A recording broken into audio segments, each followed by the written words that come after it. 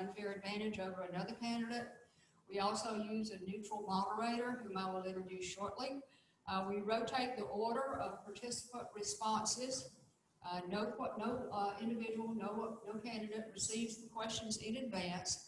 We are doing this, as you know, via Zoom. Our preference obviously would be to do this in person, but circumstances just don't allow that right now. Our audience participants will remain muted during the entirety of the forum. Our candidates, just as information to the audience, have placed their cell phones on a table in the back to ensure a level playing field and no distractions. Let me explain how the questions are going to work. Each candidate will be allowed 2 minutes per question. You will also be allowed 2 minutes for an opening and 2 minutes for a closing. We will allow you to engage in a rebuttal against your opponent if desired, but you only have 30 seconds to do that, and you're limited to 2 rebuttals during the entire discussion. So we're clear on that. So not a rebuttal after each, we can pick 2. You can pick 2. Okay. Yes. 2 rebuttals. So we want you to adhere to the time limits. Our moderator is going to help us with that. We do not want you to interrupt another candidate while they're speaking, because obviously that would be a little rude. Back to the Zoom participants, I want to let you know that there are 3 ballot questions that you'll have an opportunity to vote on. Early voting, as you know, starts on Monday. All 3 of these ballot questions, according to my research, got strong bipartisan yes votes in the legislature, but they will need the citizens' vote in order to become law. So there are 2 constitutional amendments. House Resolution 164 would require that state fees and taxes collected for a specific purpose be used for that purpose other than being redirected into the general fund. House Resolution 1023 would eliminate what is known as sovereign immunity by state and local governments, and thus allow citizens to sue their respective governments. And then there's a referendum. House Bill 344 would allow a tax exemption for property owned by charitable organizations for the purpose of building or repairing single-family homes to be sold to individuals through no-interest loans. Now, I know I've just read those very quickly. I encourage you to do your own research on those, so you'll be prepared to cast your ballot and make your voice known when you go to the polls. So with that said, I'd like to introduce our moderator. As I said, we always strive to find a neutral moderator, and our moderator for this session is Joey Barrett. He is the local manager for external affairs for Meriwether County, and he is also the chairperson of our Chamber of Commerce Board of Directors. And we know that he's completely neutral because he does not even live in the county, so he doesn't have a vote in this situation. All right, so with that, Mr. Barrett, I will turn it over to you. Thank you, Carolyn. Also, thank you, candidates, for agreeing to appear here this evening. At any point during these questions, you need me to repeat a question, that's certainly fine. So, given that, we'll begin with opening remarks. Commissioner Bray, the floor is yours. First of all, thank you all for giving me this opportunity to come before the citizens of Meriwether County, and thank you, Chamber of Commerce, and thank you also, Jody, for this opportunity. As you know, I am running for commission to be re-elected. I have enjoyed the almost 4 years that the citizens of Meriwether County has given me to serve them. I have enjoyed this time. I found that working with a group of diverse, talented community people have given me an opportunity to grow, and I welcome that opportunity to continue to grow in Meriwether County. Okay, thank you, Commissioner Bray. Ms. Plant? I'm Rosa Plant. I wanted to recognize a few things that kind of make me outstanding as far as my quest for re-election. I've been a resident since 1974, and I have a work history. I was a radiologic technologist, congressional liaison, and office assistant, finishing up as a park ranger with the Fish and Wildlife Service. And through that, I've gained a lot of experiences that have taught me to listen in the medical field to help discern patient advocacy in the congressional office, how best to address problems In the Fish and Wildlife Service, I was an employee HR advocate, as well as I was in public relations for the Fish and Wildlife Service. And I have a willingness to lead. In the groups, I've learned to determine the group goals and how best to get others on board so that the group achieves those goals. But I also recognize that we've got a lot of challenges, and I believe that my biggest asset is the willingness to listen and get input from others, try to brainstorm solutions, get a consensus from the group, and then to develop an action plan. And I believe that I have this unique perspective of history as county commissioner because I was the very first female county commissioner elected for the 1984-1986, where we were then, and then again in 2015, 2016. And both of those are kind of benchmarks for me, what I feel like we need to address. And in that, I think that we need infrastructure, where we are working with our cities because of the aging systems that we've got in place. We still need countywide water, working with the existing systems, and we need to promote growth and development in the county. And with that, I believe that I'm running on a platform of team. Together, everyone achieves more. And with that, I have proven leadership, and I would desire your vote. Okay, thank you, Ms. Plant. Commissioner Threadgill. I'm for the ladies going first, but I'll go. All right. I'm Brian Threadgill. I am the current District 4 Commissioner for Meriwether County. I am also the current chairperson for the Meriwether County Board of Commissioners. I am a lifelong resident of Meriwether County. I am a registered nurse by trade. That's where I get my paycheck every week. I also hold a bachelor's degree in business management, and I have pretty much dedicated my entire work life to serving others and taking care of them. And that is what I have done for the past 7.5 years of being a commissioner in this county. You have to have a special heart to be a nurse, and that is a caring heart, and you have to be able to go out there and do for people and want to do that. That's something I feel that I have done for all people. Being a nurse actually taught me to be more open and to serve as I needed to serve. I'm a son, I'm a brother, I'm an uncle, I'm a friend to many, and most of all, I'm an open book. Okay, thank you. Ms. Wilkins? Certainly. Thank you for this opportunity to be here this evening, and thank you to be glad to be amongst all of us, all of you rather. But my name is Nell Rush Wilkins, and just like you, we all come with some history. We all come with some background, and I build my history, or I stand on the shoulders of being a daughter. My mom, Elizabeth Rush, before leaving, almost about a year ago, we talked about the fact that in my run for another political position, she said, Tricia, which is what she calls me, don't stop. There's work to be done, and you are the person to do it. With that being said, I am a native of Manchester, Georgia. I grew up and walked the streets of Manchester and throughout Meriwether County.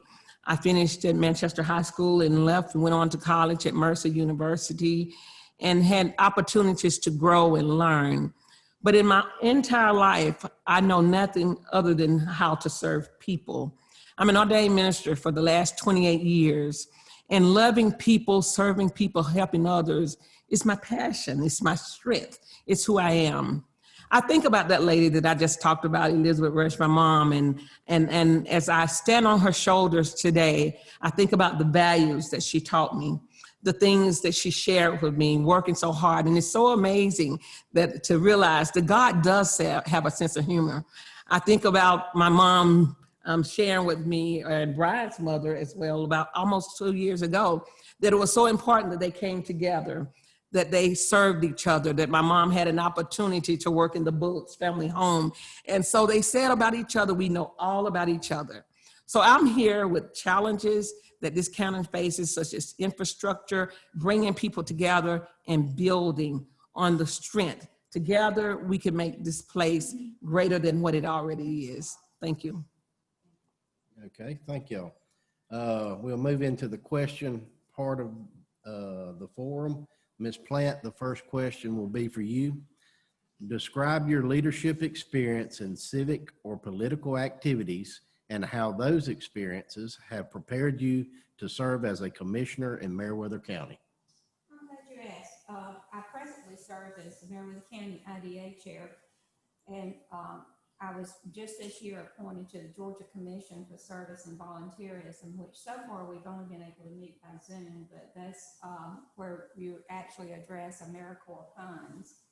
In my previous experience, I was actually on the regional outreach team for the U.S. Fish and Wildlife Service and had the opportunity to travel all over the United States and doing events and conferences and various things. In 2008, I was actually recognized for the Regional Directors Award for Outreach. When I was working with the 3rd District for Congressman Richard Ray, I also spearheaded a Medicare subcommittee hearing and all, which was quite the experience. And then in 1990, I was in the inaugural class for the Leadership Meriwether, where we actually came together and we organized once we completed that program. And I was elected the president for the first 2 years of Leadership Meriwether, which I'm not even sure if they're still together or not as an alumni, but there again, I believe that my record proves that I have those leadership abilities. So thank you very much. Okay. Commissioner Threadgill? Can you read the question? I can. Describe your leadership experience in civic or political activities and how those experiences have prepared you to serve as a commissioner in Meriwether County. All right. I can honestly just start off by saying I've been a commissioner for 7.5 years, and there is absolutely nothing you do outside of this that will prepare you for what you have to face on a daily basis being a commissioner in this county and many other counties. I'll put my success on the fact that back again of being a registered nurse, it has made me realize to stay humble to your roots and to do what you need. I have the passion to help people, and I don't like pats on the back. I don't like recognition on things, but there are so many times that I have helped so many elderly people in this county that people don't even realize I spend my own money to help. And that's because I care about every citizen in this county. But, you know, back to the nurse part, it gives me the passion. It gives me the want. It gives me the ability to listen, to understand, to feel what people feel, and to ask the right questions, I think. And, you know, a lot of times when people are talking to you, you may not quite understand what they're saying, if they're angry about a road or if they're angry about something. But that nursing background gave me the ability and training to sit back and listen and ask those right questions, to be more passionate and compassionate with individuals out there. So again, it's very hard to have outside experiences. Yes, they do help you. Life experiences are probably one of the best things that help you more so than any group of experiences to do this, because you have to have that heart and you have to have that passion to do this. Thank you. Ms. Wilkins, I'll read the question again. Describe your leadership experience in civic or political activities and how those experiences have prepared you to serve as a commissioner in Meriwether County. Thank you. You know, I was always told that people don't care how much you know until they know how much you care. And I've had for the last 30 years an opportunity to serve people, developing programs and being a part of grant writing that have served people in communities. My opportunity, as you all may know that I had an opportunity to be a candidate for mayor last year in Manchester, Georgia, and boy, was that an experience. While we continue on, and here I am today, I believe that my experience in building nonprofits and working with those with the prison system, with the Department of Community Supervision, with those that are coming home, returning citizens, providing housings and opportunities for people, not just for those that were coming home, but also their families. And not only that, some 28 years ago, I had an opportunity to work with the legal system here within Meriwether County. And it was an opportunity to work for justice, social justice for all people, that all people be treated fairly and have equality within our justice system. I work for people over and over again, especially our youth, and as Mr. Brian Thurgood said, our elderly. It is my passion and my greatest desire when I can get a young person and mold them and empower them to that next level of education or that next level of being our next leader.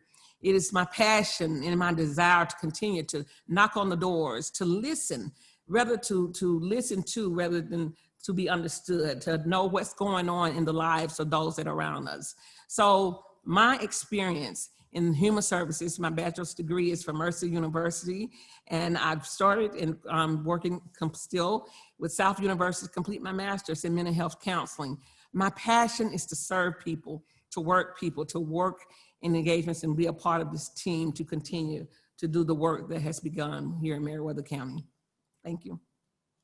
Thank you. Commissioner Braid, describe your leadership experience in civic or political activities and how those experiences have prepared you to serve as a commissioner in Meriwether County. My best experience is I was born here in Meriwether County. I left here in 1972 and went to Atlanta, Georgia, and worked with New or Brother May. In that time, I had the time to retire and serve on different boards and also different committees. But I found out that best served me best is when I came back home and I said there has to be a better quality of life for our people. I found that, living in the North Atlanta and living here, I find a big difference. And naturally that can be understood because of the population here and because of the income and all. But I feel like that we can do better. I know that we can do better. I started a country Christmas 3 years ago. That's the first year that I was elected as a county commissioner. And that was not to help me, but it was to help draw Meriwether County together. I found that we have 7 cities, and all 7 cities think on different levels. So I wanted to bring the cities together. So therefore, we started the country Christmas and asked each city to decorate a tree. This is for around the county courthouse. That was to serve as unity, to bring us together and stop going in different directions. So my strongest hope is to strength, to serve people, to bring people together, and to get rid of so much division. And it's not about I, but it's about us. It's about what we can do as a county to do better and make our quality of living better. So therefore, my thing is, I want to do all I can for Meriwether County. Okay, thank you. Commissioner Threadgill, the success of the Board of Commissioners depends on the work of a number of other entities working within the county, including several authorities, advisory boards, and cities. What specific action would you take to ensure closer alignment between the needs of the county and the work of these entities? Well, I think first of all, you have to appoint the best possible people to all of these different boards, whether it's an authority or if it is an advisory board. Do we make mistakes and put the wrong people on there? Yes, we certainly do. But I think that's the main objective, to get those right people there. And when you have those right people in place, you need to, of course, be aware of the happenings with each board, whether it's authority or advisory board. We need to stay abreast of all of that. But we also need to allow those individuals to do what they need to do to progress forward, because they ultimately do come back to us at the end of the day. So saying all of that, the best part of that would be to give each individual board member of the advisory boards, of the authorities, a copy of our comprehensive plan. The comprehensive plan is put into place, and it's broken down into many different areas, and it covers just about every board that we have, and that's the purpose of that. So when they have that and say, y'all, please look at this, please educate yourselves on this, please let's do what we can outside of the normal day work that they do on each of these boards to move forward to meet those items in the comprehensive plan. I actually think that is probably the best way to work with them. It gives them a guide to go by, and then you stay abreast. But I do think that we have to allow them to be able to work on their own and not feel that we are looking over their shoulders on a daily basis. Thank you. Ms. Wilkins, the success of the Board of Commissioners depends on the work of a number of other entities working within the county, including several authorities, advisory boards, and cities. What specific action would you take to ensure closer alignment between the needs of the county and the work of these entities? Thank you. That's a good question, and I thank you for it. As far as those that we select on boards and with the success of any board, while I don't have the experience as a commissioner here on a board, I commission the people and of many lives every single day. And one thing that I say to my constituents, those that I serve so passionately, is that you represent me.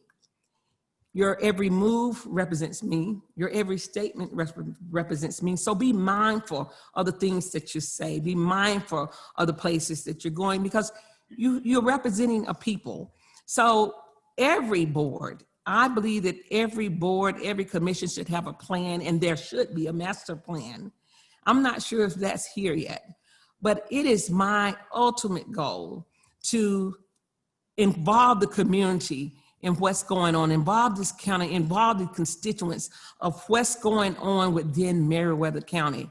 It is my ultimate mission to create a transparency center, that we would not be a group of people just meeting and giving to you what we think is the best idea, but we'll listen to your ideas, we'll listen to your suggestions, and we'll share with you what our budgets are, what our expenditures are. We'll share with you where your tax dollars have gone. Transparency must be a priority, and that's within any board. I pray that I will have an opportunity that when I'm selected, if you're voting me in this position, that I'll be transparent and I'll push for the opportunity of this commission to be very transparent, to create opportunities for you to serve on those boards. I will not elect myself to serve. There's a lot of you, and we need your help. Together, we can make this better. Thank you. Thank you. Commissioner Bray, the success of the Board of Commissioners depends on the work of a number of other entities working within the county, including several authorities, advisory boards, and cities. What specific action would you take to ensure closer alignment between the needs of the county and the work of these entities? Me, with the experience I have in dealing with the boards and our committees in the last 4 years, first of all, I thank everyone for volunteering, because most of the boards are voluntary and you do not get a salary. But however, I think that we as a board of commissioner need to try to find people that are qualified to hold the position, not just put our friends in position, but people that are qualified. So when they are put in on these boards or on these commissioners, they can bring something to the table and not just sit there and think about self, but what is best for Meriwether County. So my suggestion would be that you have a application to fill out, or that person need to be qualified. It just don't need to be a person to fill a seat, but a person that can bring something to the table and make that position more valid to the county. Thank you. Ms. Plant, the success of the Board of Commissioners depends on the work of a number of other entities working within the county, including several authorities, advisory boards, and cities. What specific action would you take to ensure closer alignment between the needs of the county and the work of these entities? While I'm serving on the Industrial Development Authority now, having been a previous county commissioner and all, to me, it's very important to stay abreast with each advisory board or even the authorities that we have in the county. And that is to offer the help that's when needed, but stay out of their, especially the advisory boards. They're an entity of their own, especially when it comes to where there are funds that are being transferred within that authority. And they need to have, you need to have the leadership and you need to have the guidance and all, but at the same time, you've got to be able to let them be autonomous in the fact that they are an authority. With that being said, I had the opportunity recently to go to the Airport Authority Business After Hours, and I was very pleased. I have not been in touch with those guys down there for a while, and it's very impressive as to what our Airport Authority members have been able to achieve with the fuel farm and with the wonderful, and I guess it's the mural slash new signage that they have there at the airport and all. But there again, I think they needed some help from the Board of Commissioners at one time, but now that they're very much autonomous, they're doing a wonderful job. So with that being said, be very supportive, but and offer the guidance that's needed when needed, but then let the authorities be autonomous. Thank you. And I do want to take my 30 seconds on this, not really to rebut, but just to make a couple of comments. When I referenced the comprehensive plan, you were talking about we need a master plan. That is considered our master plan. Is it always perfect? No, it's not. Can we always move forward with that 100%? No, we can't. And as far as the placing yourself on a board sometimes, when you don't have it and when you publicize and you ask for people and you don't get that response, sometimes you have that position that you do have to fill. And Commissioner Bray and I both sit on different boards. Was that 30 seconds? Oh, okay. So that's all. When I say time, you still have time to finish your sentence, okay? So you need to finish your sentence. But Commissioner Bray and I both sit on boards because there was a need for a person to be there so that we could continue business. And that's why, and I've done that before, but I will find someone to replace me. But so that the county continues with business, sometimes it has to happen. Sure.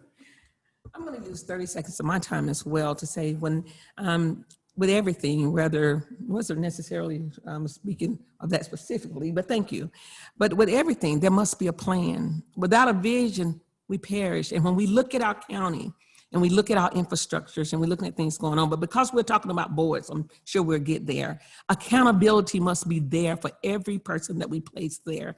Yes, we place them without micromanaging them, but there must be some accountability.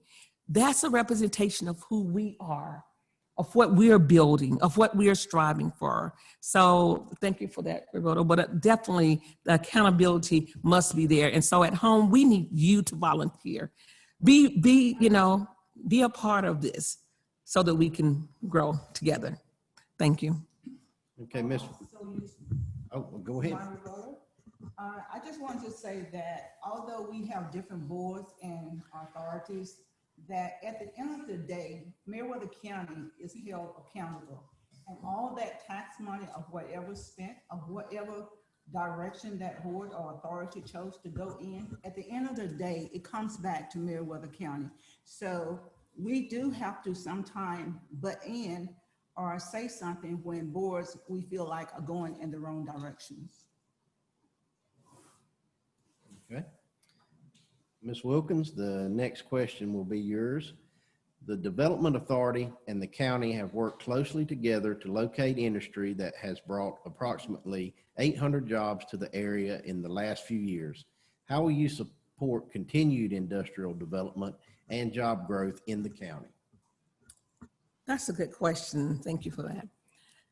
The Development Authority, you say, have worked closely together, and that's a blessing that we even have that relationship.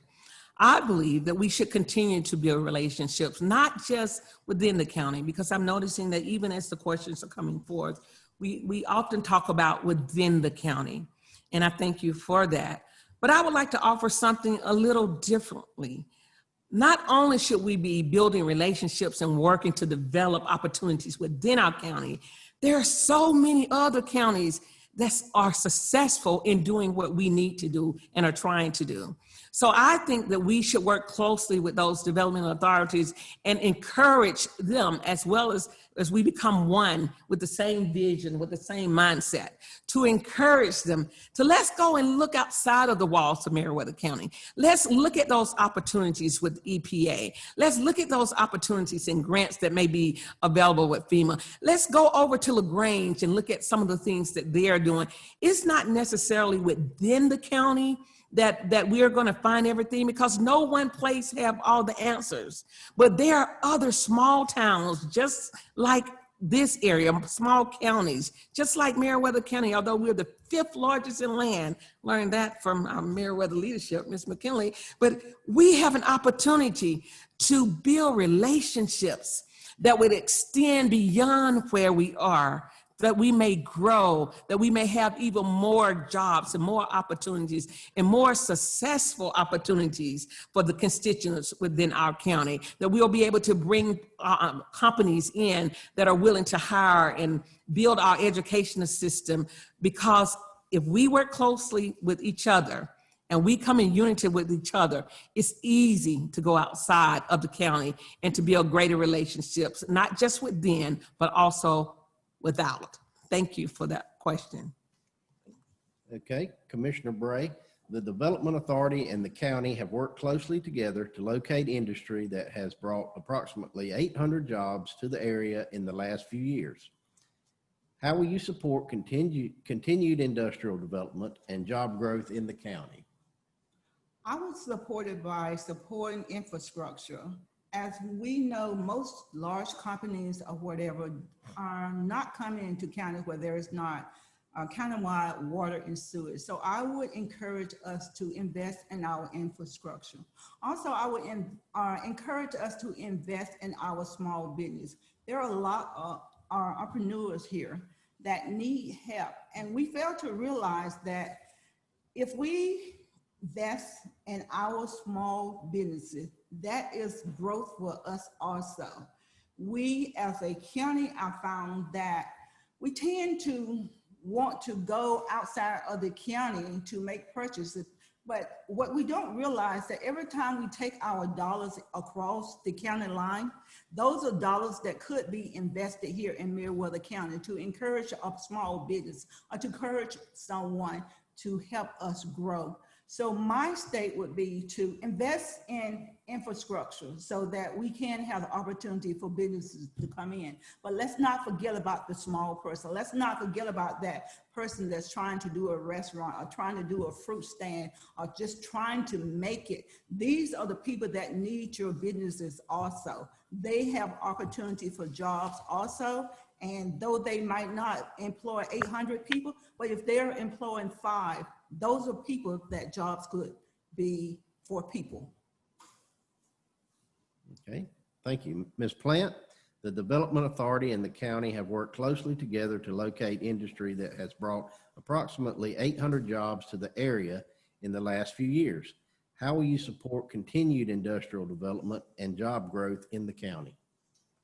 Willingness to listen, and I say that almost tongue in cheek, because when we have opportunities to come into the county, we've got to be willing to listen to a platform that before we jump to conclusions on whether or not it would be a good industry or not. And with that being said, oftentimes you've got to build relationships with people to understand fully what that business will involve. Whether or not it's a viable business, you've got to be able to listen and find out what their platform is, if they're an existing business, or if you can best serve by pointing them in a more appropriate manner. And when I say that, there's a lot of people who would like to start up businesses, but they may not have the revenue that they need. They may need to define their business plan better. There's a recent opportunity that came to Manchester and all that we worked with 2 years, and then as we lucked out that they actually located in Manchester and all. But there again, you had to be willing to listen to see if the fit was right for what they needed. And as it stands now, that, you know, you've got a viable business that's in place. My concern is that the willingness, and I go back on history, in the early 80s when we had the sewage treatment plant wanting to come in up in Lone Oak, and it was fought tooth and nail, and that was a very learning experience for me. That was a business that did relocate in another county, and that it did become a viable business. But there again, that's a lesson for me. Okay, Commissioner Threadgill. The Development Authority and the county have worked closely together to locate industry that has brought approximately 800 jobs to the area in the last few years. How will you support continued industrial development and job growth in the county? Well, I actually currently do sit on the IDA for Meriwether County, and we do associate and we build relationships with other counties through a joint development authority. And we see what other counties have. We know what their needs are. We know what our needs are, but it's getting that right company to come in and have an interest in this. And what we as commissioners, or, you know, future commissioners, however we are, we need to, and we have different opportunities in different meetings across the state. When we go to trainings, when we go to different counties in the southern part and the northern part and have meetings, we hear what these people are saying. We know, and if we will listen, a lot of times you will pick up on that there's somebody that needs something in a more rural area, or the company that is looking in that area is just not, that particular area is not a fit for them. So we need to bring that back to the IDA and allow them to go there. We need to reach out to those people ourselves. So we need to be the eyes, ears for everybody, because the IDA itself just can't do it waiting on someone to want to come to Meriwether County. I'll also go a little bit further and say that I think the industrial parks are great, and a lot of times we need those because of the sewage and the water that can be provided from our cities, because we don't have countywide water at this point. But I also think that we need to start looking for industries that can stand by themselves in different parts of the county, because if you go back to the old textile mills, there were entire communities built around these. So I do think that we need to further our vision and maybe put it around and have something like that come into the county so we can build entire communities. Okay, thank you. Commissioner Bray, the northern part of the county has experienced recent growth in new residences. What issues should the commissioners consider in balancing the growth opportunity and the desire to maintain a desirable quality of life? Well, you're right. I see a lot of growth coming from the north, and I would think that we as a county would want to cash in on some. A lot of job opportunities are in the north, but these people, some of them are, let's say, not minimum wages, but they cannot afford the high quality of houses that the supervisor or the managers of these companies can. Therefore, I think that we need to invest maybe in looking into housing. We should try to get affordable houses. And also we need to put in place a better quality of life so that people will want to come to Meriwether County. We need parks, we need recreation, we need something to give them the opportunity to want to come here. We can't just sit here and say that we're going to grow, and if we're not willing to invest in our own county, then other people are not coming. So we need to try to invest in Meriwether County so that we can attract these people with houses. You know, that's my thing. I think a lot of people would need houses. So that's what I think, how we can cash in on the other northern side growing. Okay, thank you. Ms. Plant, the northern part of the county has experienced recent growth in new residences. What issues should the commissioners consider in balancing the growth opportunity with the desire to maintain a desirable quality of life? Well, I see growth taking place all over the county. I don't think it's just in the northern end of the county. I work over at High Cotton and Woodbury and have the opportunity to meet a lot of people coming through there. And there's a lot of people that are moving into Meriwether County, and whether or not they're moving back to family farms or in building, or whether or not they're buying in Meriwether County and building. The north end of the county is experiencing growth, but then there again, we're close to the interstate. We do have the industrial development, industrial park up there that we do have sites there that are grad ready, that are being promoted through the state. So naturally, we would want to promote growth. But on the same token, I believe that from planning and zoning and the request for new house bills that is taking place all over the county. So I'm not sure that we need to focus on one area. I think we need to look at Meriwether County as a whole and planning and zoning, and what we're going to do as far as lot size versus whether or not you're going to be close enough to a countywide water system versus a municipality water system, or rural. And there's a lot of people who are moving out of the counties north of us that want rural. They want water, well water in their own septic system. So it's got to be a balancing act, in my opinion. Thank you. Okay. Commissioner Threadgill, the northern part of the county has experienced recent growth in new residences. What issues should the commissioners consider in balancing the growth opportunity with the desire to maintain a desirable quality of life? All right.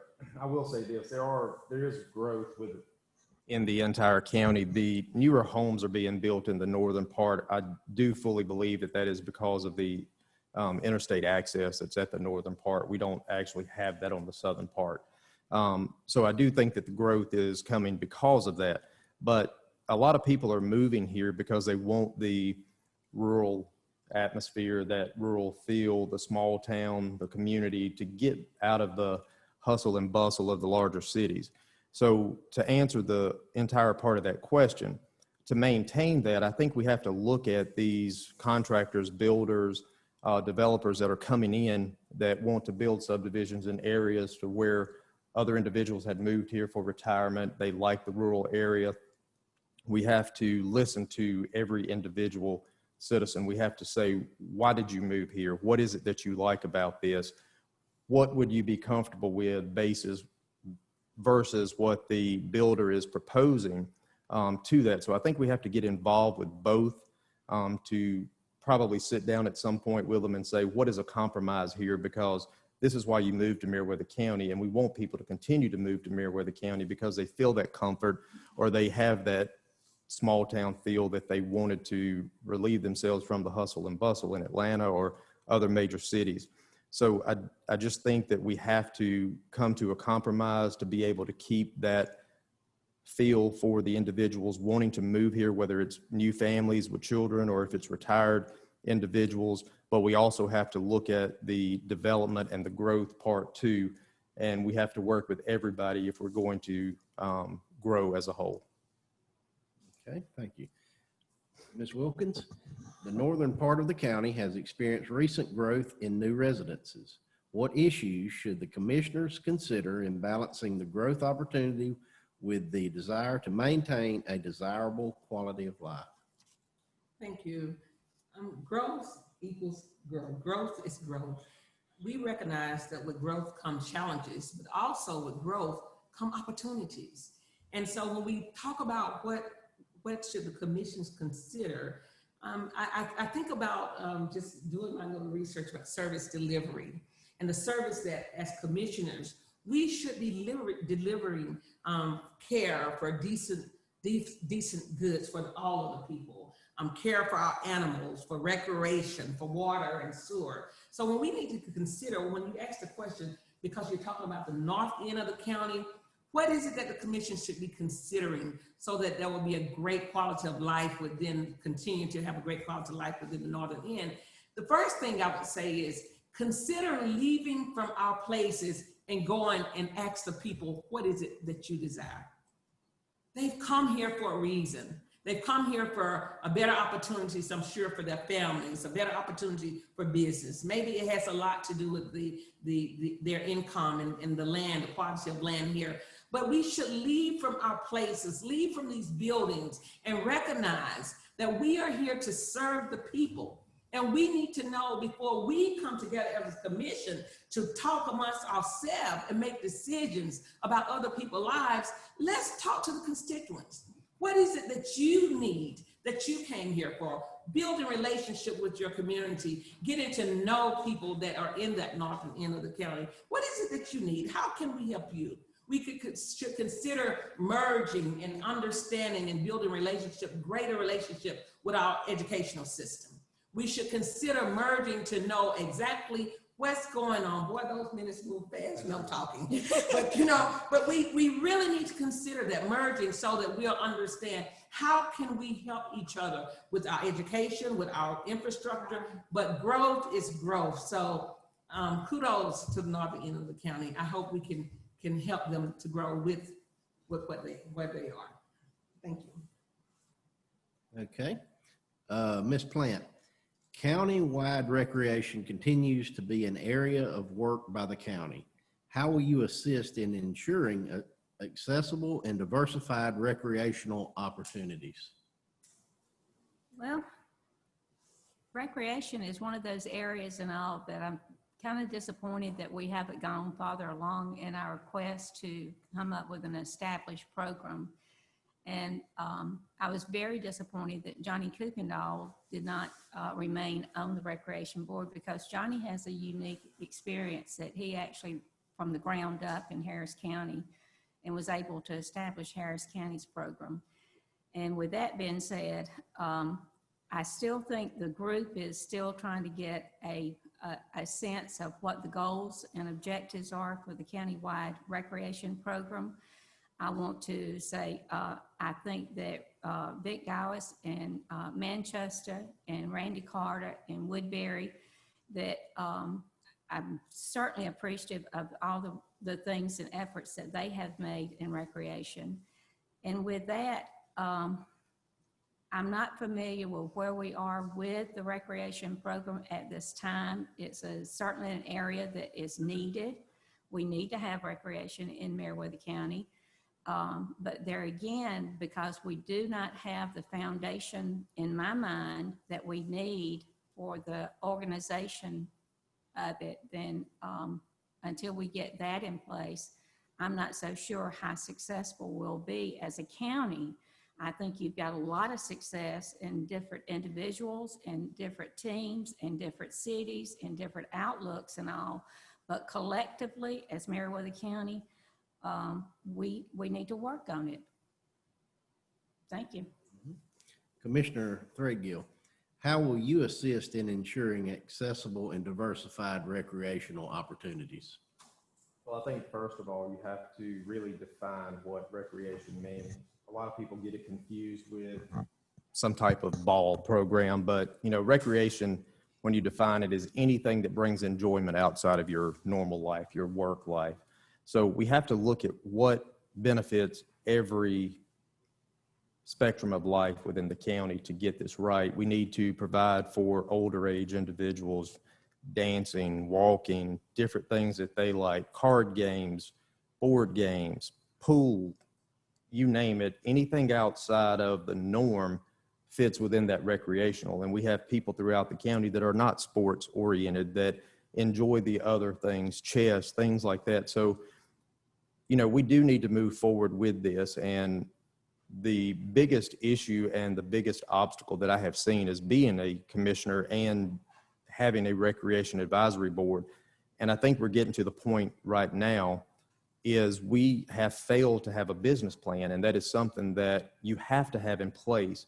If you're trying to grow something new and you don't have a plan, a business plan, you fail from the beginning. And I think that's where we have failed. And we have expressed to this Recreation Advisory Board currently that we need that to go out and look for bids, to go out and see if we can't find someone, check with Three Rivers, see if they can provide that. We need someone to come in and assess the entire county with what we currently have versus what we could do.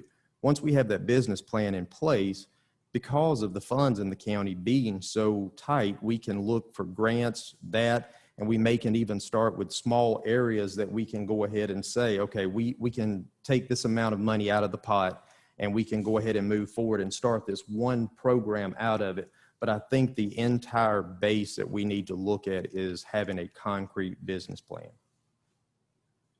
Okay, Ms. Wilkins, how will you assist in ensuring accessible and diversified recreational opportunities?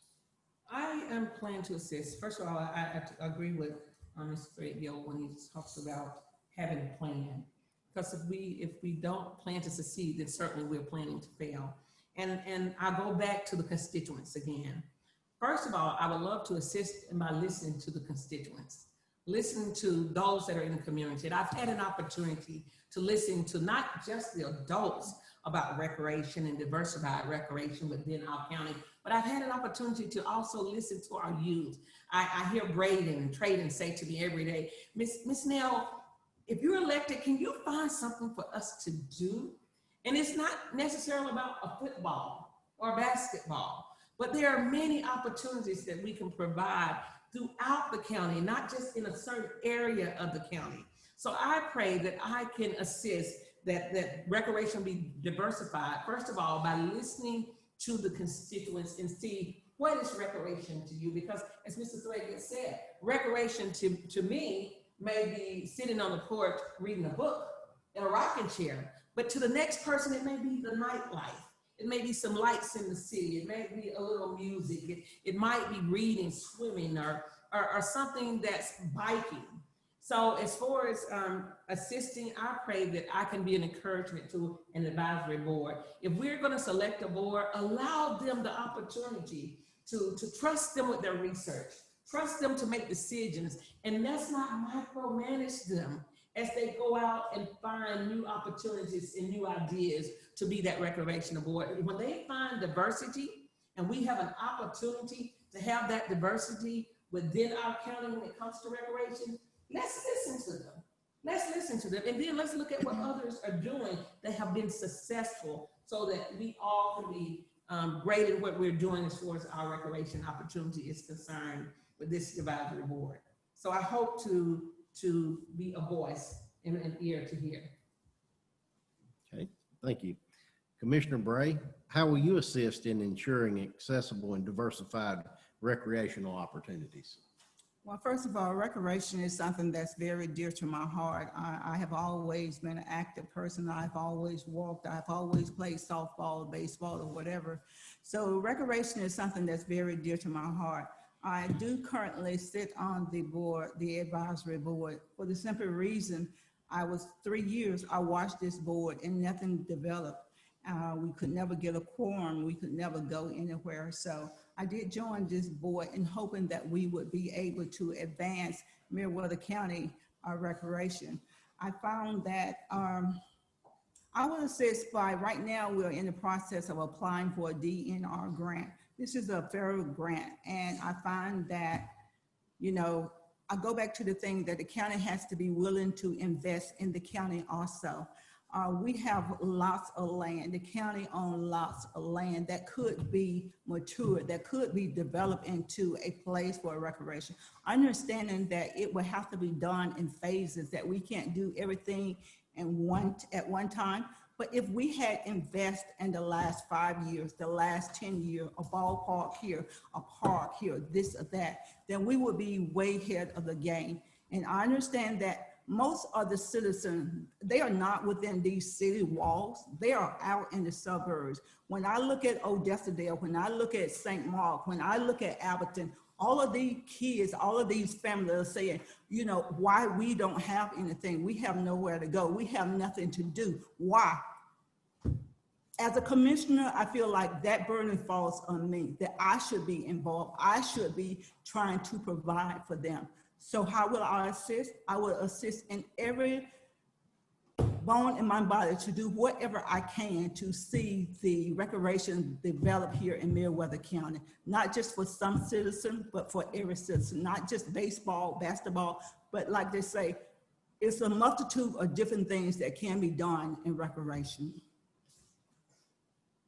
Okay.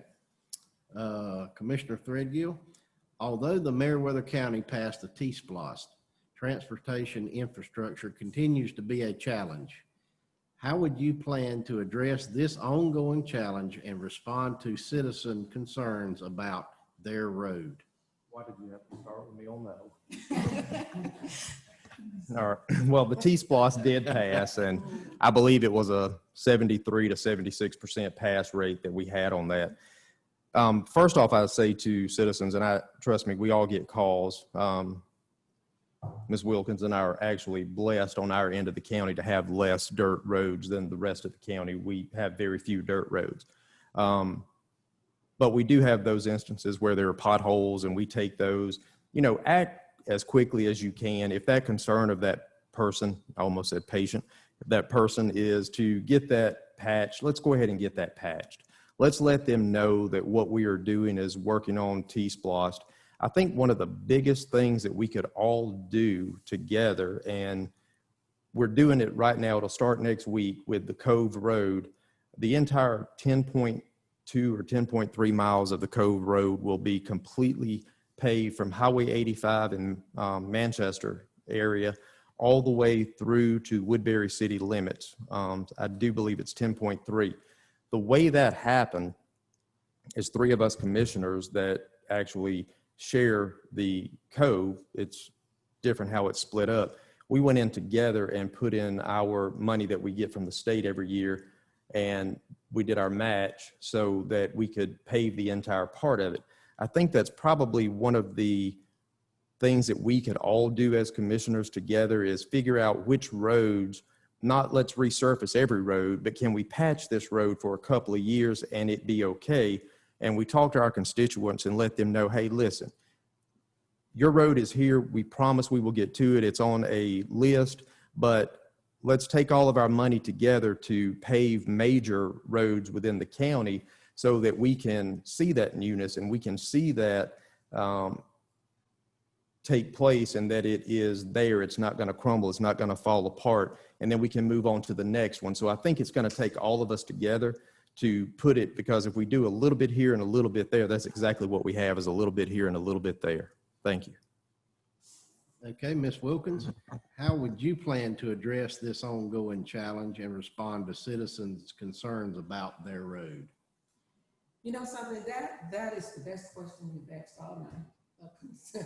When I talk to the constituents of this county and those that I'm serving, I'm already addressing that. I'm addressing it as a citizen of Meriwether County. I'm addressing it every single day, because when I hear Mr. Threadgill talk about Cove Road, 10.3 miles for Cove Road, I'm about to fall out this chair and say, well, my goodness, is this with the new T-Splosh money? Because I don't pat myself on the back, but I'm thankful that in a run for the position of mayor in Manchester, a lot of the people that voted for me, they didn't understand what T-Splosh was. And I went from house to house and door to door, and I explained to them what exactly these funds could be used for and how they should, I encouraged them, how they should vote. And I know that they took a great part in us reaching that 76% number when that T-Splosh bill passed. And so when I go throughout Manchester and I see our infrastructure with half of the road completely falling down, it bothers me to the utmost when I look at potholes that's been there for years and years, and they're continuing to grow. And nothing's being done. And now I hear that Cove Road, you're right. We don't have a lot of dirt roads, but those few dirt roads that are there, those constituents have been asking for years about these dirt roads. When I definitely have to ride down Cove Road to see for myself exactly what is going on, because we have so many potholes that cars are consistently being tires are flattened because of the potholes. We need to come together with a plan, just like you said, and I know I'm going over, excuse me, but if it's going to take some of my time, because this is important to me. We need to come together with a plan that's going to see how we as a people, whether we are titles or not, how we're going to work together to fix these potholes in our area. Excuse me for going over. Thank you. My passion is in what we do. Okay, Commissioner Bray, how would you plan to address this ongoing challenge and respond to citizens' concerns about their road? Well, unfortunately, District 1 and District 2 do not have the advantage that Manchester have. I'm constantly faced with the challenge of dirt roads. And when I first returned here, I just could not believe the number of dirt roads that we have in this county. I understand that some people might want to stay on a dirt road, but then the majority of people are on the dirt road do not want to be on the dirt roads. They do want to see that road paved. So when we start talking about T-Splosh, we had a town hall meeting. Most of the people that came was people that was on the dirt road. So they went out and pushed for this T-Splosh also because they wanted to see their road paved. Roads is something that's very important to everyone, and everyone has to understand. And me too, when I was guilty of this, when I first came to the board, I was not aware of the money that it required to pave a road. I have been educated since that time. And so we have to educate our people. But yet still, with this T-Splosh, we need to try to serve the better of the road, the worst road. I understand that we want to resurface some road. I understand that some need some pothole, but some are going through mudslides trying to get in and out of their houses. So we need to address all of it. And I think the reason that T-Splosh paved, because they said dirt roads, oh, I can get my road paved. But understanding everybody will never get their road paved, but we need to try to do the best that we can to get as many as we can paved. Okay, Ms. Plant, how would you plan to address this ongoing challenge and respond to citizens' concerns about their road? I'm going to show my age and tell you this is an age-old problem from the 80s. I remember very well that roads and bridges were our #1 concern then, and they still are our #1 concern for Meriwether County because of the size of the county and the number of roads and the need for not only paving dirt roads, but you've got a lot of roads that need to be maintained and kept up.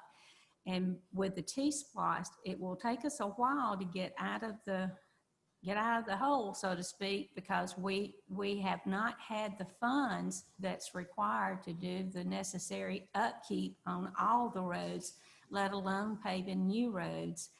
And with that being said, I think that there needs to be a priority list.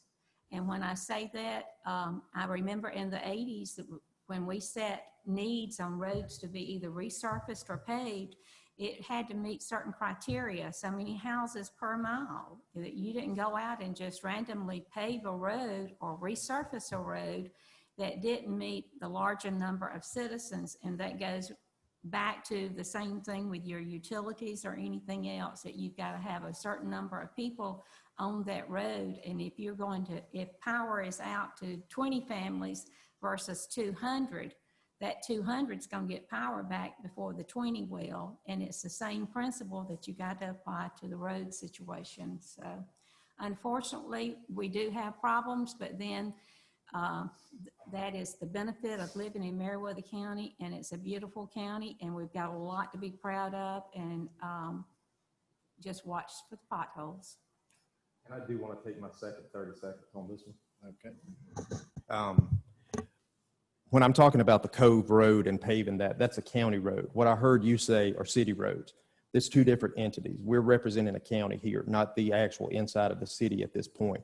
The T-Splosh is passed as a whole for all citizens in the county, and therefore it's divided up amongst the city by population, and then the county gets the remaining. So when I'm saying we're paving county roads, yes, there are roads within the city limits that need to be there, but that T-Splosh money that's divided out of what we do as a whole goes to the city of Manchester. That's responsibility that we don't do as a county.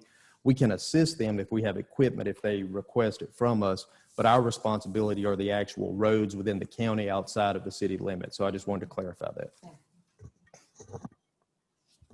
Okay, moving into our final question, before closing remarks, Ms. Wilkins, I'll begin with you. What is the most significant challenge facing the county, and what action would you take about it? I believe that the most significant challenge facing the county is communication and our ability to unify. When we look at the county, we look at the infrastructure, share, those are issues and those are great concerns. And I am greatly concerned about the infrastructure of the county within the city and things that are going on in communities. But I'm more concerned about the communication that we have one with another, relationships, understanding each other, just seeking to listen to understand instead of seeking to be understood. Our differences is not what's dividing us. It's the lack of relationship, the lack of communicating one with another, whether it's on the north side of the county or the south side of the county. Sometimes we have to move ourselves out of the way. We are in a place where we can serve constituents that have voted us in and will one day vote us out. But if we don't listen, if we don't have a voice, we have to listen without being biased and not being impartial. There's a lack of equality within our county. I take, for instance, even within this very chambers who hosted this, the people of all throughout Meriwether County would love that same opportunity that everyone else has to be a part of something that's going to be a plus, a growth for all of us. When I open my business, I'm hearing the constituents say, I love a ribbon cutting too. I love to be a part of what's going on in the county. We must communicate one with another. I knew that 15 seconds down there. But we must learn to communicate with each other. We must learn to listen. Our biggest concern is not just about finances.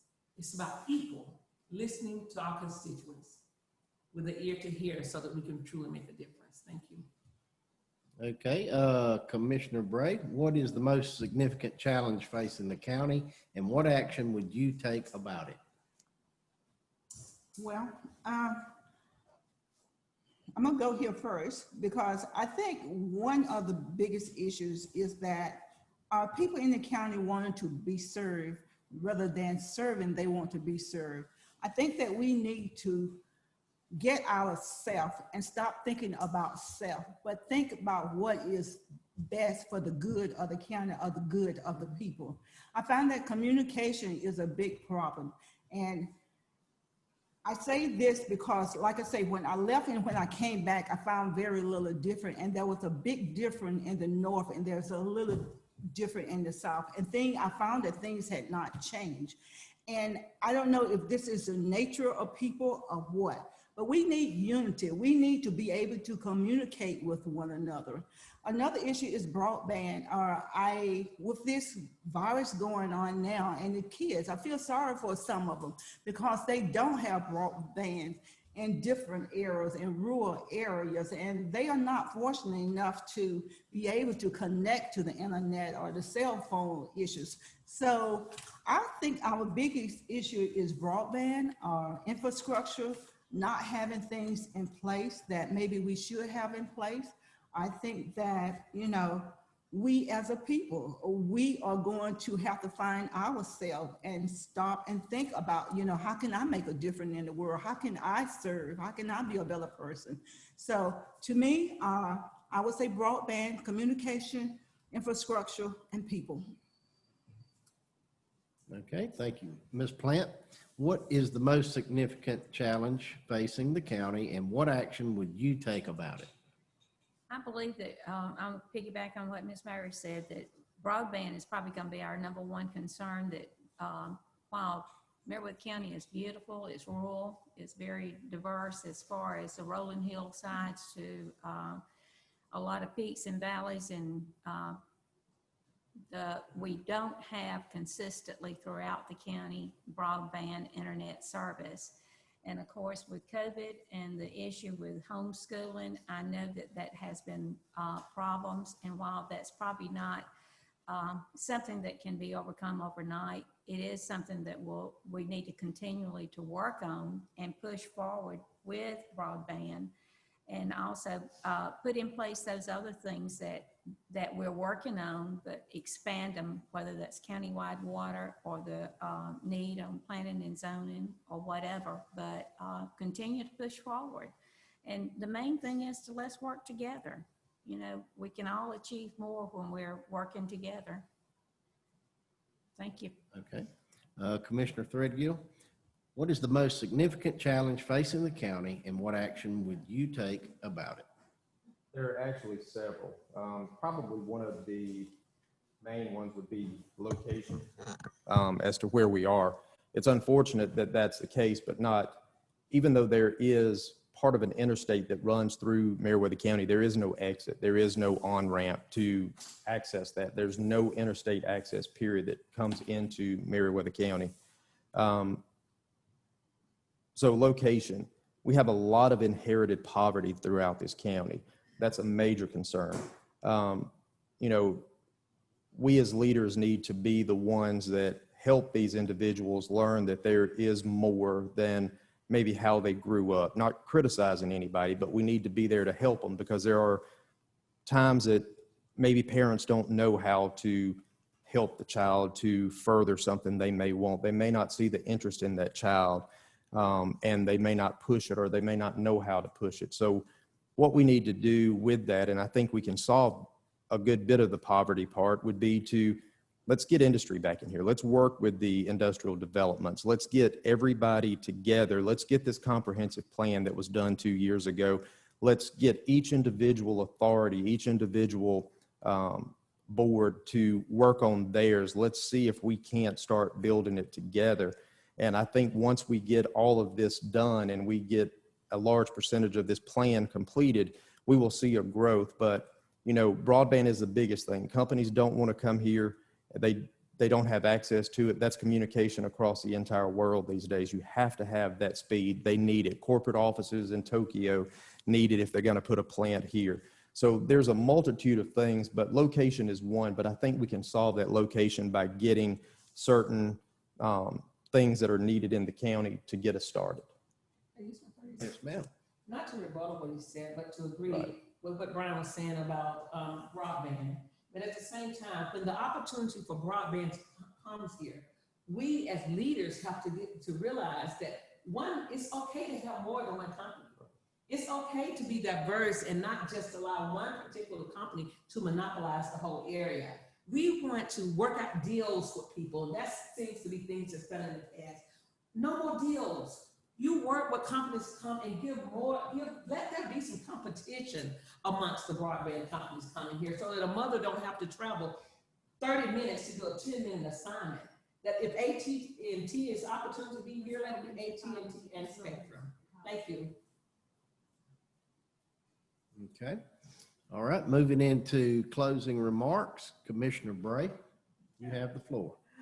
I was first, but nevertheless, in my closing remark, I want to ask the citizens of Meriwether County to keep me in their minds when they go to the polls. I want to ask you to remember that I am a person, that I am transparent. I enjoy serving people. I'm not asking you to serve me. I want to serve you. I want to give a better quality of life to the people here in Meriwether County. That may include housing, recreation, or whatever it includes. But me as a commissioner, I'm willing to take you on my back and do whatever I can to serve you, to make things better for you, to make things better for our community. It's not about me. It's not about me having this title, because this title does not feed me. But nevertheless, I want to serve you. I'm willing to put in everything I got to do the best that I can to make a difference here in Meriwether County. Thank you. Ms. Plant?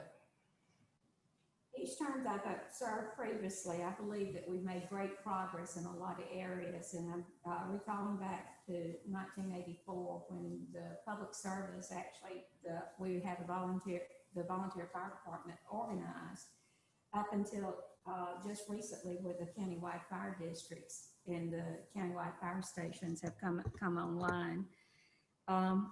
Back in the 80s, we built a debt-free jail. And I remember very vividly the planning and zoning that we sent out to the RDC to get planning and zoning for Meriwether County. That was the very first time that the county had ever even addressed planning and zoning. So I believe that with my experience and my willingness to work and serve all the citizens of Meriwether County, that I have a very unique and diverse background that would benefit everyone for the county, and my willingness to serve. So with that, I ask for your vote. I thank you for your support and your willingness to serve in whatever capacity for Meriwether County. But it's going to take us all working together to make it better for everyone. Thank you. Okay, Commissioner Threadgill. Well, I want to thank everybody for the 7.5 years, a little bit over that I've already served. I keep hearing the word transparency, and I'll be honest with you, I don't think there's ever been a commissioner more transparent than I have been through these 7.5 years. I bring those hard points to the public. I bring them out so that we can all discuss it publicly. So again, I don't think there's been anyone any more transparent than I am. I do want to say that, you know, over my tenure as the District 4 Commissioner, we have, since 2017, we have rolled back the millage rate every year consistently. We have balanced our budget. We have not had to borrow what's called a TAN, a tax anticipation note. Prior to this, we were borrowing up to $2 million a year. And again, it's just what it sounds like, anticipation. We were anticipating collecting these amount of taxes. So in 4 years, we've been able to roll that millage rate back. We've actually been able to not borrow. We have closed our budget every year, not having to pay any interest on additional money. And we have been able to utilize the taxpayers' money within the county. We have resurfaced more roads, not paved dirt roads, but we have resurfaced more roads. And what you all will see coming next year, 2021, you will start to see actual dirt roads within the county being paved for the first time. And, you know, the tax anticipation prior to me coming onto the board, there were 10 to 15 years that every year they had to borrow that money. So over this period of time, we've been able to accomplish great things, and you will see more coming that we've already planned. So I want to say again, thank you for allowing me to do the 7.5 years. I will serve you proudly, I promise, for another 4. I hope that you will support me and vote for me on November 3rd. Thank you. Okay, Ms. Wilkins. Thank you. Thank you for this opportunity to be here today, and I'm thankful for the commissioners, Chairman Mr. Fred Hill, Ms. Bray, Commissioner Bray, and those that have served this county. This is an opportunity for change, and not change just for the sake of change. But with change comes progress. With change comes an opportunity to do even more. Electing me as your commissioner for the 4th District, I will fight for us. It will take all of us working together to do this, but I'll look outside of the box. I'll look for opportunities to serve. I'll look for opportunity to help the Development Authority, the IDA, with different industries hopefully coming into our area. I look for opportunities for our land to be used wisely and resourcefully, opportunity for our animals with animal shelters where there is to make sure that the soul of everything that has life in it can live and have an opportunity to prosper. I'm thankful that the communication skills, which is my strength of unity and bringing people together, will be exercised and speaking up on your behalf. And if it's not right, it's not right. Dr. Martin Luther King Jr. said the time is always right to do what is right. On November 3rd, you have an opportunity to make a vote. You have an opportunity to make a decision. And while we are thankful for the 7.5 years that Mr. Threadgill has given, I believe that there's more work to be done. And hopefully, if I am elected, I hope that he'll still be that partner, friend of mine, that want to offer advice and they have opportunities to even learn and do more of what needs to be in this county with our education, with our roads, with our infrastructure, but more than anything, our unity. Together, we can do this. Thank you for the opportunity. Okay, and that concludes this part of our forum. Once again, thank you all for taking time this evening to be with us. I wish you all safe travels. Thank you for being here. Thank you, Ms. Sarah. Yes, you're welcome. Now, we get this recording done, we'll try to get it uploaded to Facebook tomorrow, so people that didn't have an opportunity to Zoom in can. It'll be on the chamber, right? Yes. Not wasting, abusing, or being irresponsible for your tax dollars. So I'm here tonight to say I respectfully request your continued support and vote. Thank you. Okay. First question is for you, Sheriff Smith. Describe your leadership and managerial experience in law enforcement and how those experiences have prepared you to serve as the sheriff of Meriwether County. Yes, I have, during my 37 years, I have attended Columbus State University. I've attended LaGrange College. I've attended the Southern Union Community College in Valley, Alabama. I have obtained certificates, specialized certificates in law enforcement from Columbus State University. I have numerous hours of training. I have served in various departments within the sheriff's office. I started out as a radio dispatcher. I was a jailer. I went to patrol as a deputy sheriff, from a deputy sheriff to a criminal investigator, from a criminal investigator to a field training officer.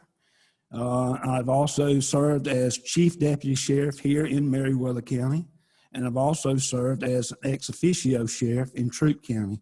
I feel as though with my experience coming in or continuing to be in this office, I believe my experience is an asset to this community and to the citizens that we serve. And I'm looking forward to serving another 4 years in this capacity. Thank you. Hey, Ms. Moultrie. Describe your leadership and managerial experience in law enforcement and how those experiences have prepared you to serve as the sheriff of Meriwether County. I graduated high school from Woodbury High School here in Meriwether County. I have numerous hours in law enforcement training from Mississippi, Alabama, here in Georgia. I served under both Dan Branch and Steve Whitlock. I was a sergeant of a shift, which turned out to be one of the best shifts that we had. Other than that, as Sheriff Smith said, we learn every day. I don't claim to know it all, but I can learn and I'm willing to learn. And my thing is I want to be fair to all the people. Okay, thank you. The next question will be yours also, Ms. Moultrie.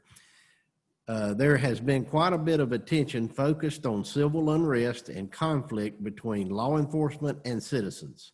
As sheriff, what specific activities would you undertake to maintain a healthy public safety environment that fairly represents all its citizens? Just treat everybody with dignity and respect.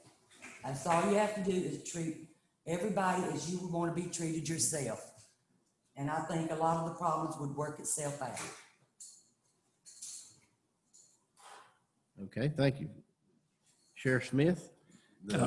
Yes, sir. Thank you.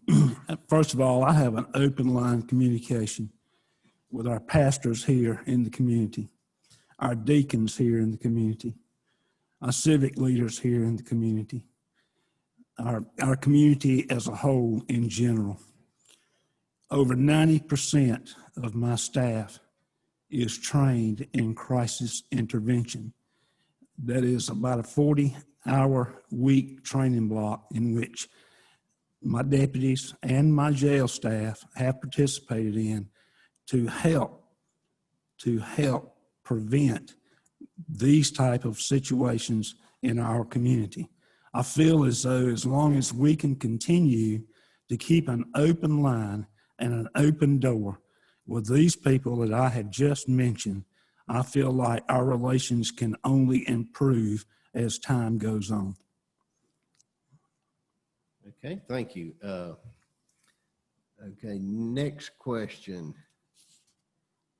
is to you, Sheriff Smith. We know that illegal drug use continues to be a big concern in Meriwether County. As sheriff, what would you do to address this? We are continually battling those that will sell poison to our children, our adults that have weak willpower. This is a battle that wages all across this state and all across this country. We have made significant drug arrests of those that will sell and distribute drugs here in Meriwether County last year. Last year, we arrested 52 individuals that are involved in either the sale of drugs or the distribution of drugs. Out of those 52 individuals, our ratio has been, and if you'll give me a minute, I can give you those numbers. A ratio of those arrested were 24 white males, 8 white females, 22 black males, and 2 black females. Justice against those that are committing criminal offenses, she's blind, and she knows no race, she knows no gender, she knows no ethnic background. She only knows that justice should be fair to all. And we are fair, we are respectful, but we also, me personally, want to those that will deal, sell, distribute, transport, traffic, drugs, that you are our target, and we will continue to target you to make our community drug-free. Thank you. Ms. Moultrie? 14 years of my law enforcement career was involved in working drugs, narcotics, undercover. I worked for the West Georgia Drug Task Force, which was run by the GBI. Meriwether County does have a problem with drugs. I think with my experience having worked that side of the drugs, I think that I'll be able to put a damper on the drug sales, the drug buys by the innocent people who get scooped up and swept away by the one time it won't hurt you deal. The ones that buy the marijuana thinking that it won't hurt them, to the ones that shooting up the heroin every day. It leads to stronger stuff because they're trying to chase that high. I think with my experience in the drug field, I will be an asset to Meriwether County on combating these drugs. Okay, next question, Ms. Moultrie. Individuals with mental illness or substance abuse are often involved with law enforcement. As sheriff, what is your view on alternatives to incarceration, such as diversion into mental health or addiction treatment programs? Absolutely, we should consider both. A lot of times when people have a mental disability, a lot of times they don't know what they're doing. It's up to us to get them the help they need, the medication they may need to help with their problem, whatever it may be. As far as incarcerating everybody, no, sir, I don't believe in that. If they commit a crime, this is a serious crime, absolutely, they gotta pay the penalty. But if they do some misdemeanor where you can get them some help, get them some rehab, then that's the way we should go, especially with our younger generation that are experimenting with the drugs. Okay, thank you. Sheriff Smith? It is very unfortunate that state budget cuts have thrown sheriffs across this state into taking in our mental health, our mentally impaired patients into the county jail. The county jail is not a place to where we can obviously offer the help that these individuals need. These individuals do go into our stores. These individuals will pick up candy, cigarettes, and various other items of merchandise in stores, and they will wind up in the county jail. They wind up in the county jail because of the disabilities that they have. We work with pathways here in our community. We work with a crisis intervention team here in the county that does respond to these homes where these individuals are and where they live. But it is an ongoing problem from the state level and the federal level to provide proper facilities and proper patient care for these individuals that are in desperate need for their disabilities. Okay. Sheriff Smith, the next question will begin with you. Citizens often note their desire to have our inmate population engaged in community service. What is your response to this request, and what parameters govern the latitude a sheriff may have in this endeavor? Currently, we have 54 inmates in the county jail. It is unfortunate that those 54 inmates, none are sentenced. Let me retract that. We have 4 that are sentenced to state penal institution. Right now, during the current conditions that we're living in regards to this pandemic, the Department of Correction is not receiving inmates that have been sentenced from county jails across this state. That puts an overwhelming burden on us to continue to house these individuals. The only way, and I have said this in prior meetings, that a sheriff can work an inmate, that inmate has to be under a sentence. A judge has to sentence that inmate to time in the county jail.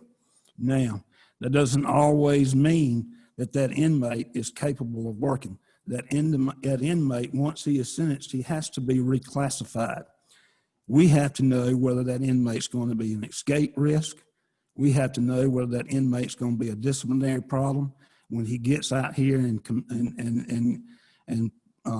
performs job tasks and job duties. If he's not able to do that based on his behavior, based on any sort of physical disabilities, or an escape risk, or a crime that has been committed against a child, being a sex crime or a sex crime against an adult, I'm not going to put those individuals out here in the community to pick up trash and do various other job-related tasks. I'm not going to jeopardize the safety of our community by putting those individuals out here. Thank you. Okay, Ms. Moultrie? Could you repeat the question? Absolutely. Citizens often note their desire to have our inmate population engaged in community service. What is your response to this request, and what parameters govern the latitude a sheriff may have in this endeavor? Exactly what Sheriff Smith said. We've got to prove that they're able to go out in the community and not be any threat to any of our citizens of the county. The main thing our job is to make sure the citizens of Meriwether County are safe and secure. Their families, their properties, that's our main focus. And you've got to rule out if they're able to be put out in the community to do the community service. Okay. All right. The next question will be yours, Ms. Moultrie. What do you believe to be the most significant issue facing law enforcement in Meriwether County, and how would you address this? After talking to many people, I've realized that it's the lack of communication between law enforcement and some citizens. It seems that if some of the citizens don't have the money or not of higher standard, then a lot of the officers, not saying Meriwether County, but just everywhere, that a lot of the officers will not even give them the time of day. It's like they're beneath them. That's why I have to go back. We have to treat everybody, regardless if they're rich or poor. We got to treat them with respect and dignity. Okay. Sheriff Smith? Would you repeat the question, please? Yes, sir. What do you believe to be the most significant issue facing law enforcement in Meriwether County, and how would you address it? The most significant issue, I do believe, is communication, but I also believe it is substance abuse and unemployment. I believe those are three of the biggest issues that we have here. We have a unemployment rate here that, you know, I ride the county and I see help wanted signs on businesses on a continued basis. And the willingness to get a job and the willingness to go to work and the willingness to be a productive citizen, it seems to be lacking here. And I don't know what it's going to take to turn that around. Substance abuse is what I've already stated earlier. Until we get more funding from the state and federal level to better treat those with our substance abuse issues and mental health issues, I don't know what the end solution is going to be other than funding. That's all I mean, that's all it's going to take. Now, as far as communication, when we see our citizens at the mailbox, when we see our citizens in the yard pruning and their rose bushes or have their hose and tilling the ground, it is important for us, and we have citizen contact forms that our deputies fill out and return at the end of their shifts of who they talk to and the concerns that the citizens have within their immediate area or within their immediate community. And once that information is compiled and brought back to us, we make the necessary changes to make sure that individual who has passed that concern along to us is obviously satisfied that with the changes have been made, whether it's more visibility in the community, whether it's taking the time to speak to somebody at the counter of the convenience store. I believe communication is a must, and that is something that we have been doing, and that is something we will continue to do. Okay, thank you. This will be our final question. Sheriff Smith, I'll begin with you. Tell the voters why you want to be sheriff of Meriwether County. Ladies and gentlemen, when I ran in 2012, and I don't want to sound like I'm being redundant here. When I ran in 2012, I told you that I grew up at a small community service station, my brother and I, where we served the community in Pine Mountain. We learned at a very early age how important it was service to those that live and in the community. And the most important thing was that our father instilled in my brother and I a very strong work ethic. We have that. I have that. And I will continue to do that. I care about the citizens that live in this community. I get out. I work with my staff. If a wreck happens, I'm out there with them. I'm out there with my traffic vest on. I'm out there helping them direct traffic. I want to continue to feel the heartbeat of the community. And if I'm not out there with the community, listening to the community, being present with the community, I won't know these things. I want to continue to be your sheriff for as long as my health and for as long as you would like to have me in this position. I am ready, willing, and will continue to be able to serve you. And I will make sure that myself and my staff will continue to give you the best customer service for your dollar. Thank you. Okay, Ms. Moultrie, Repeat one time, please. tell the voters why you want to be sheriff of Meriwether County. As I stated earlier in my opening, I was born and raised right here in Meriwether County. Born at Warm Springs High School, spent my entire life here in schools in Meriwether County. Graduated from Woodbury High School. I live in the gay community now, which I live with my grandparents. That's where they raised me in the community. That's where my husband and I bought a house in gay. I too love small community. That's why I chose to live in gay, small community. Meriwether County is my home. I care about the people. I have relatives in the county. I care about them. I care about the citizens. And I think that being born and raised here, I think that I would be an excellent sheriff to serve the community. Okay, thank you, and we'll go into closing remarks. Ms. Moultrie, you have the floor. Meriwether County, this is an opportunity to elect a person who believes in honor, trust, respect, and dignity. Voting for me, Teresa Terry Moultrie, is a vote for your safety, the protection of your property, and respect of your constitutional rights. I pledge to have an open door to treat everyone with respect and dignity and uphold the law. Once again, it is my humble request that on November the 3rd, 2020, you vote Teresa Terry Moultrie as your sheriff. Thank you. Okay, Sheriff Smith.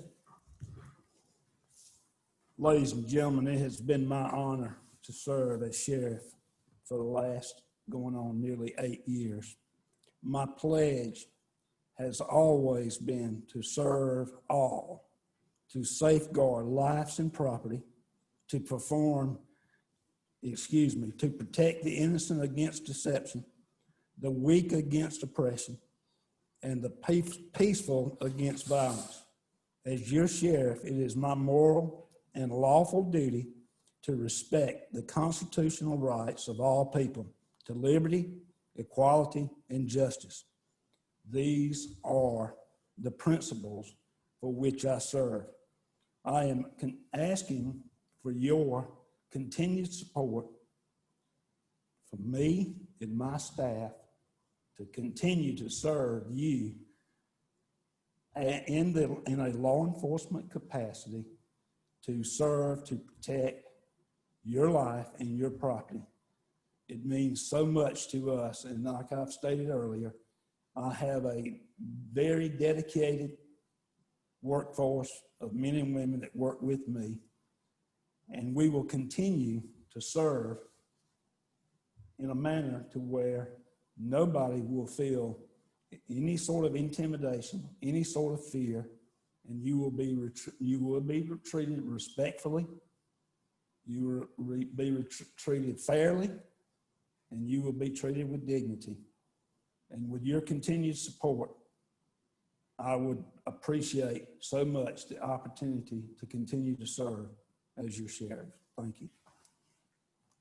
Okay, thank you both for taking time to attend the forum with us this evening. I wish you all both safe travels on your return home this evening. Thank you, sir. Thank you, sir. Yes, sir. Thank you for being with us tonight. We appreciate that. Thank you. Thank you for the opportunity.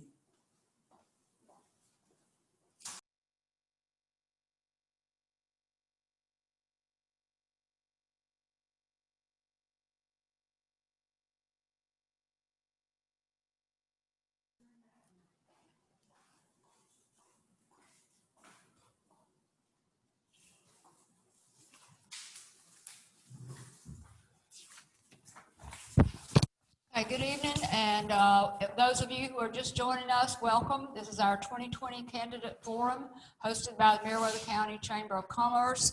As I stated earlier, to those of you who were on the Zoom earlier, we do work very hard to maintain a nonpartisan environment. We demonstrate that by wording the questions so that no candidate has an unfair advantage. We bring in a neutral moderator. We rotate the order of the participant responses. No candidate receives any question in advance. We are doing this, as you know, via Zoom, but the audience will remain muted and we don't take questions from the audience. I know we would all prefer to be able to do this in person, but our circumstances just don't allow that. So candidates, there'll be, you'll have 2 minutes for an opening and 2 minutes for a closing. You'll have 2 minutes for each question. We will allow you to engage in a rebuttal with your opponent, if you desire that, for 30 seconds. And you are limited to 2 rebuttals during the forum.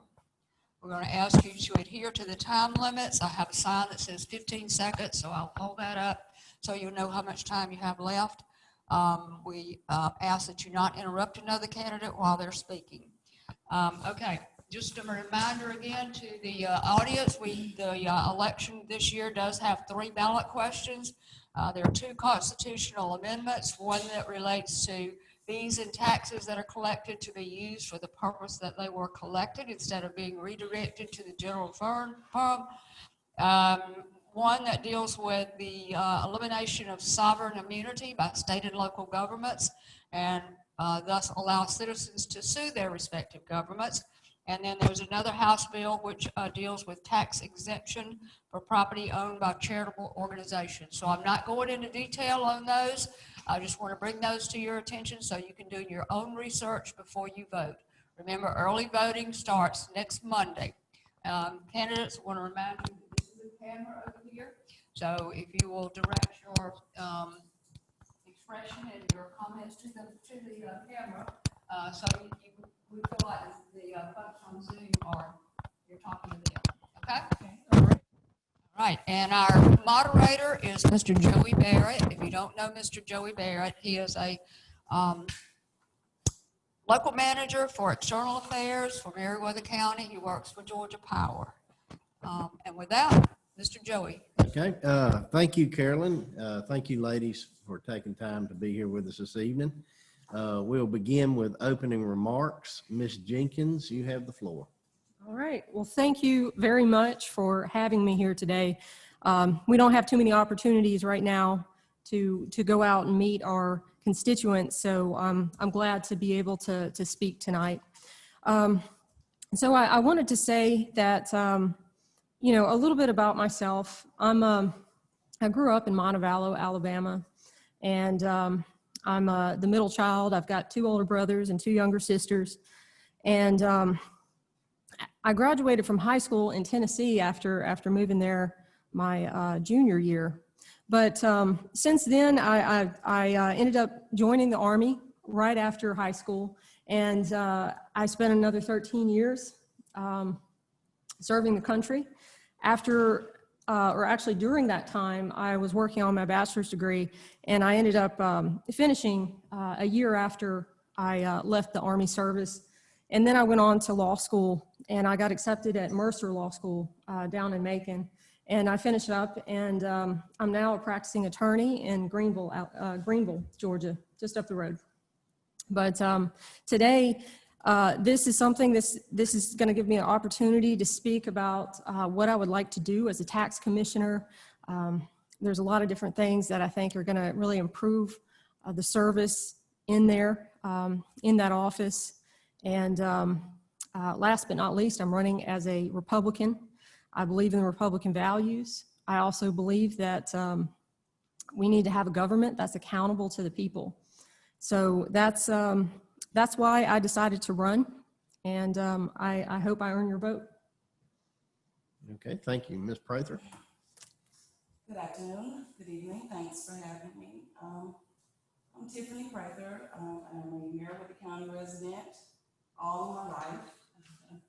I feel as if I know everyone here in Meriwether County, if not, I don't meet any strangers, sure.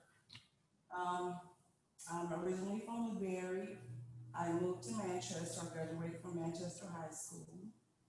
I have an accounting degree, and I've been working at the tax commissioner's office for 19 years.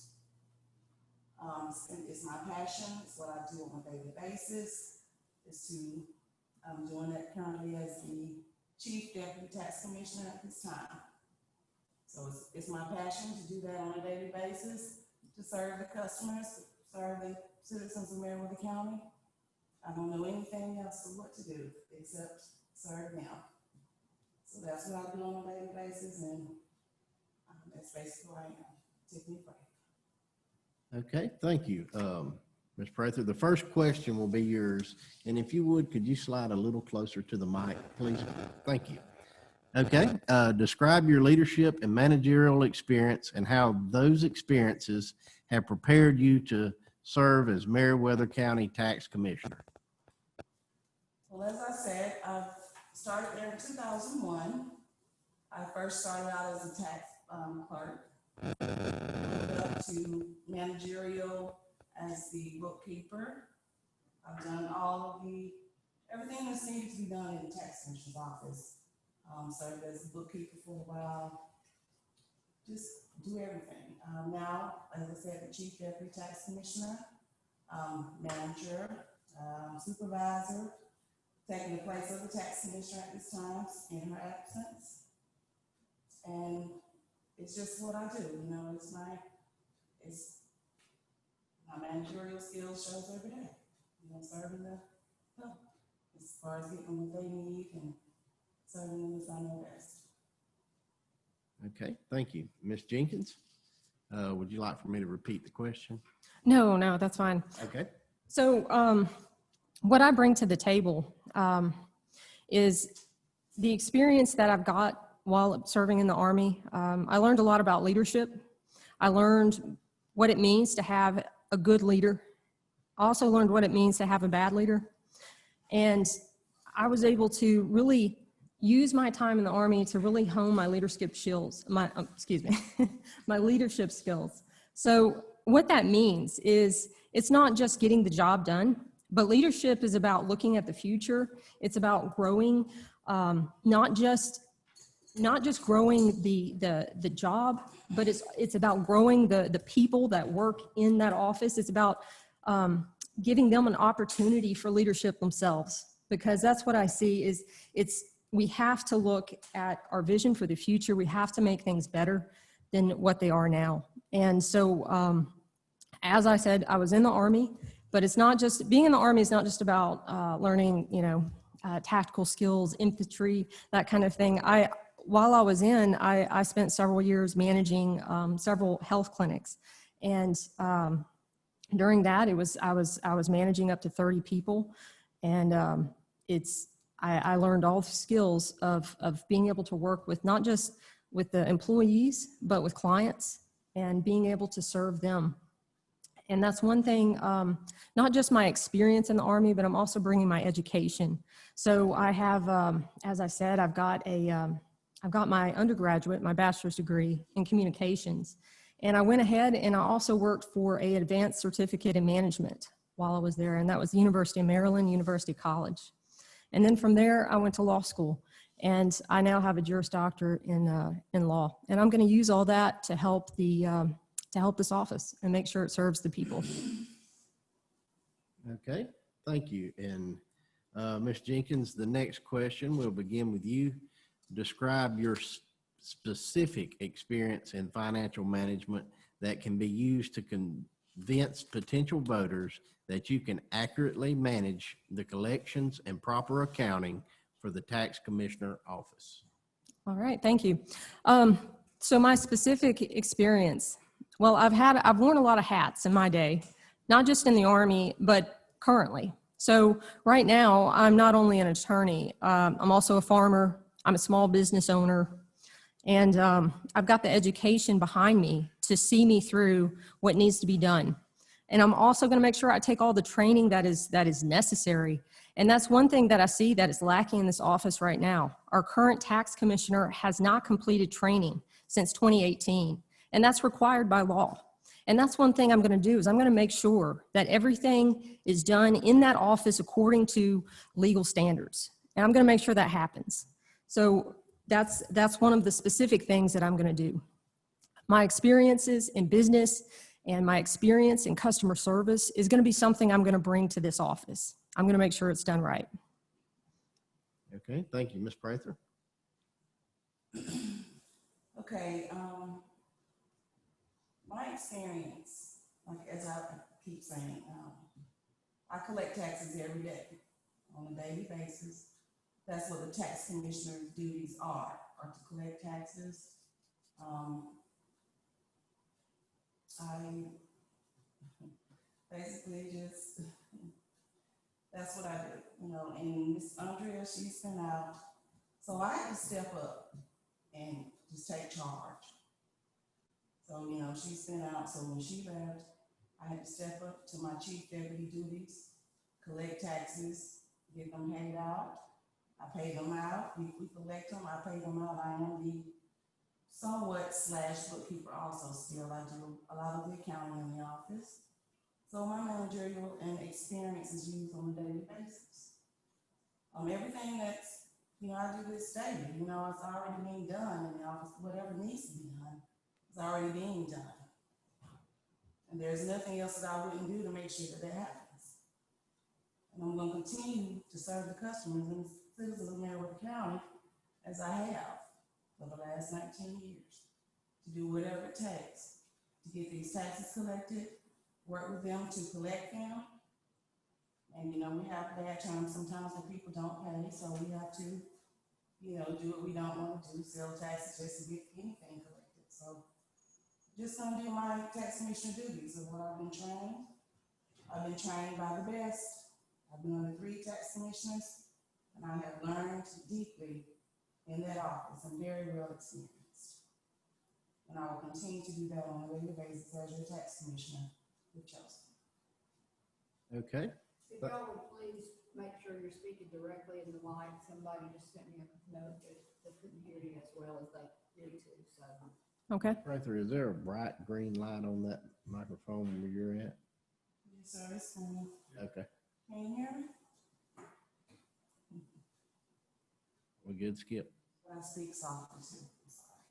So pretend like you're talking to the church and you're trying to reach the back row. Okay. Okay, well, Ms. Prather, the next question will be for you. Collection of delinquent taxes continues to be an issue of concern by the citizens. What measures will you plan to use to ensure collection of delinquent taxes? Well, we have this thing called partial payments in the office. We try to do that with customers, the ones that are behind.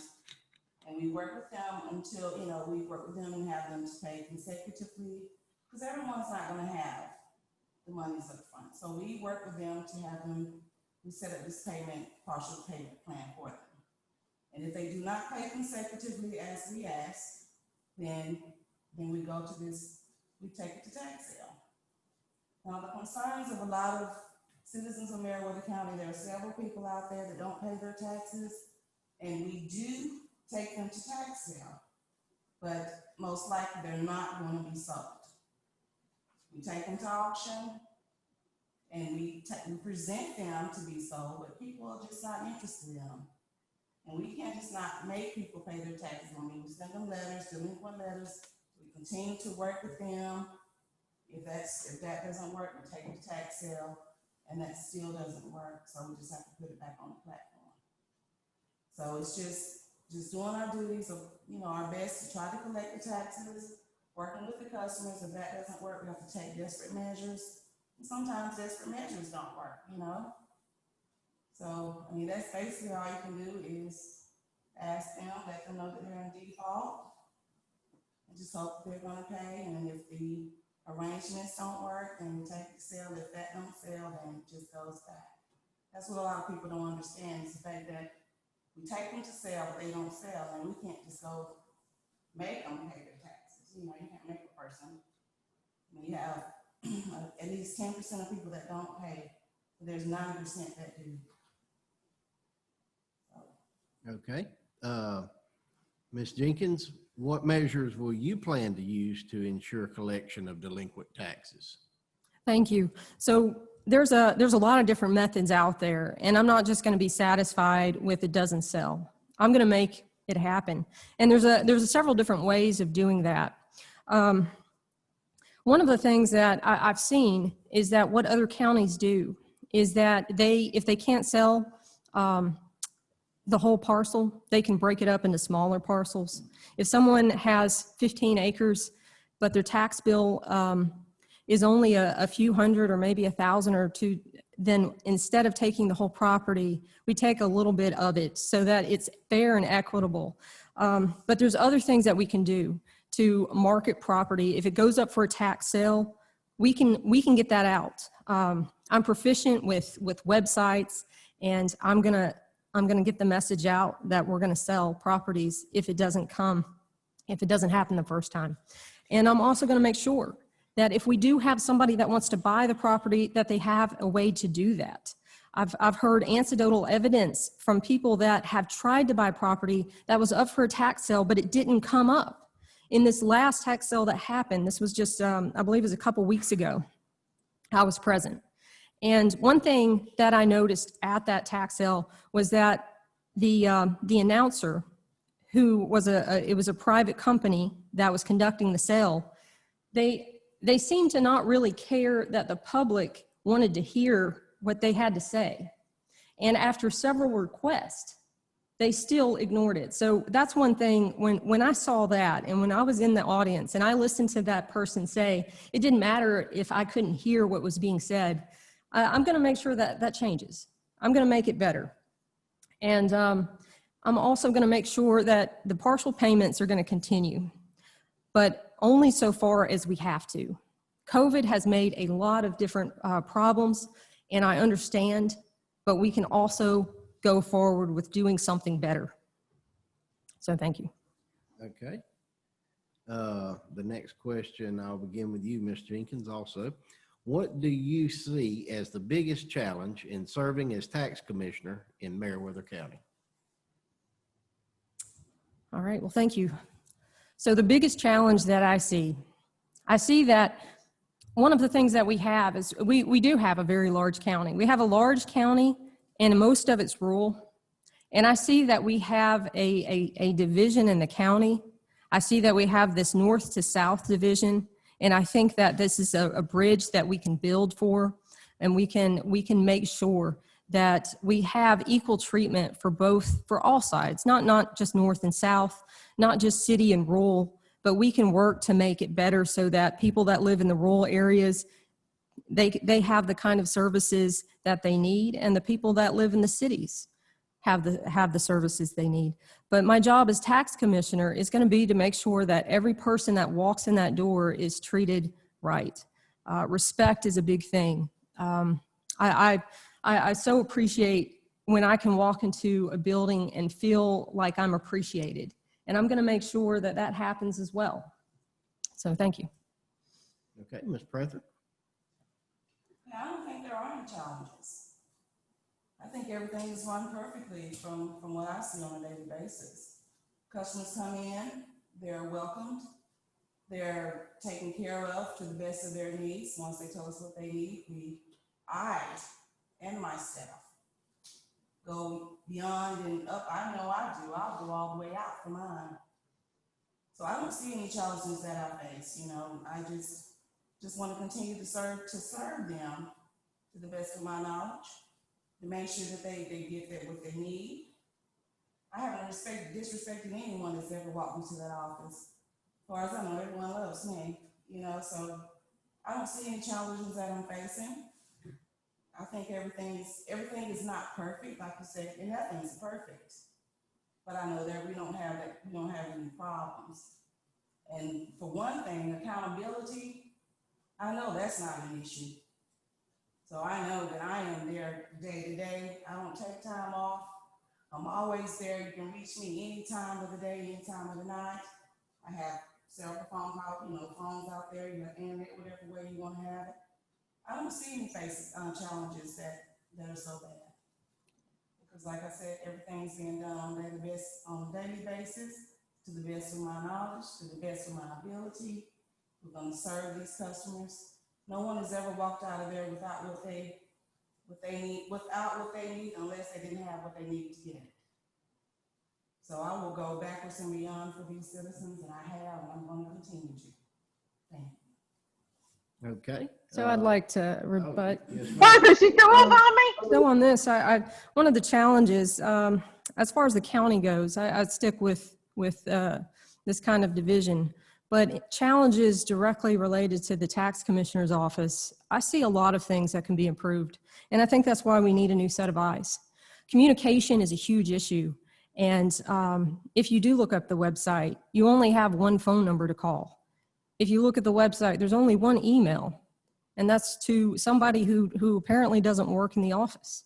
Miss Peacock, I don't believe she's been there for about 2 years, and yet she's the only one that has an email address on the website. Those are the kind of things that I can change, and I plan on doing that.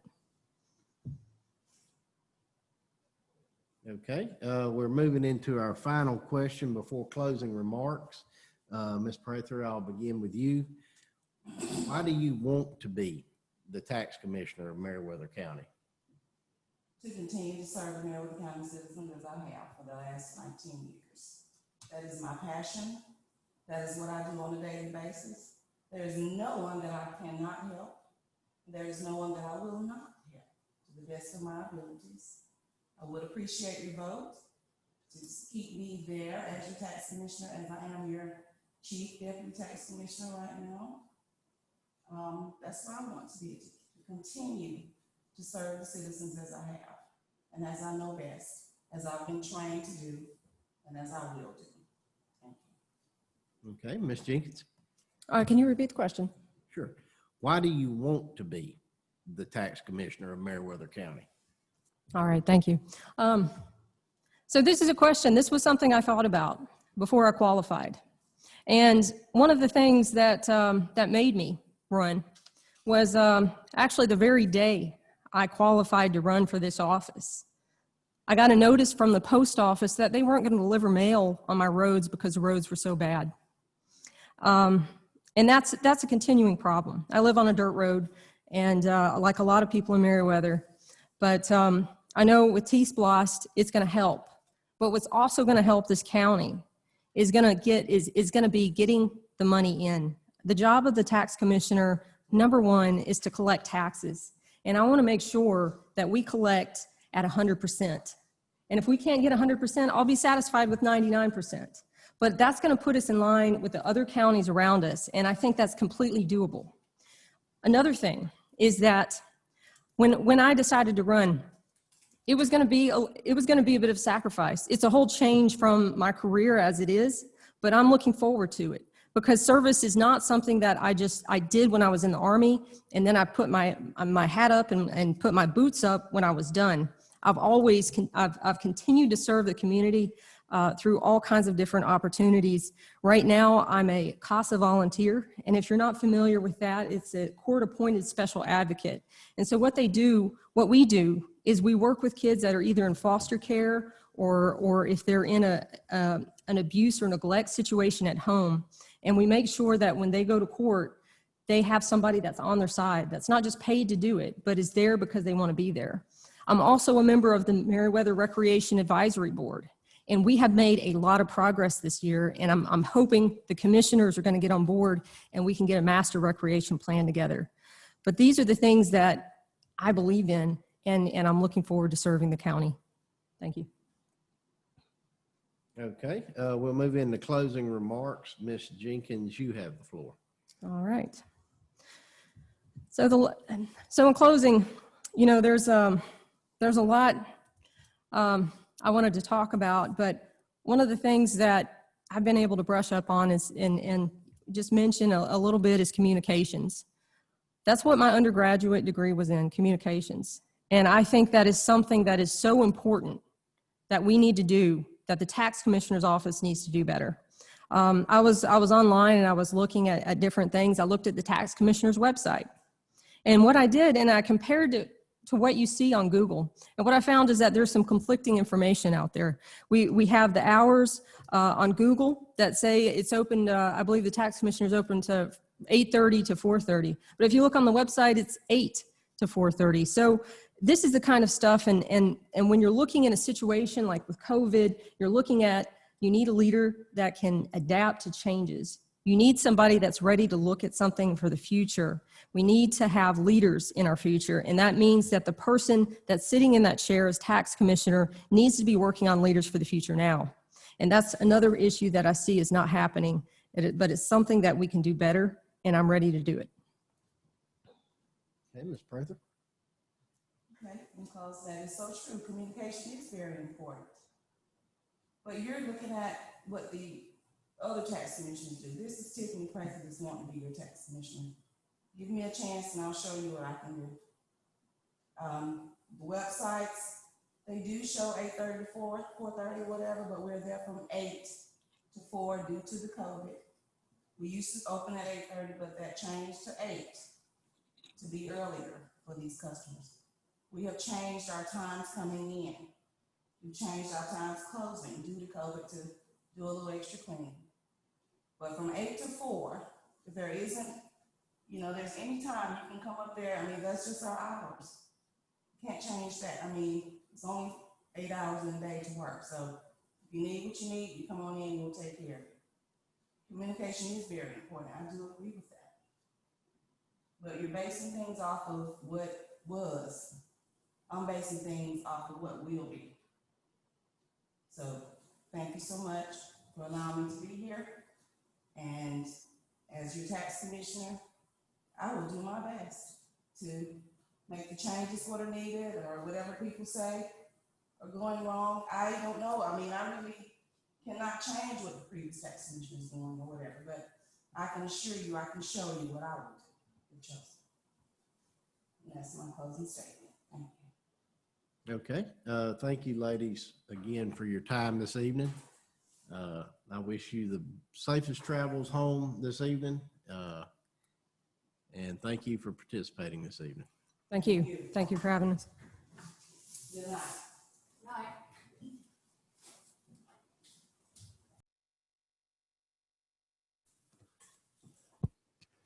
Good evening again. I'm Carolyn McKinley, Meriwether County Chamber of Commerce, and this is the fourth segment for our candidate forum for this evening. This will be for the House of Representatives, District 132. And each of our candidates will have an opportunity to introduce themselves very shortly. I do want to review the protocol that we'll be using. And to remind you that in addition to voting for candidates, you will also be voting on 3 different ballot amendments. There's 2 constitutional ballot questions, I'm sorry. There's 2 constitutional amendments and a referendum. So for the constitutional amendments deals with that state and state fees and taxes collected for a specific purpose to be used for that purpose rather than being redirected into the general fund. And then there's a House resolution which would eliminate sovereign immunity by state and local governments and thus allow citizens to sue their respective governments.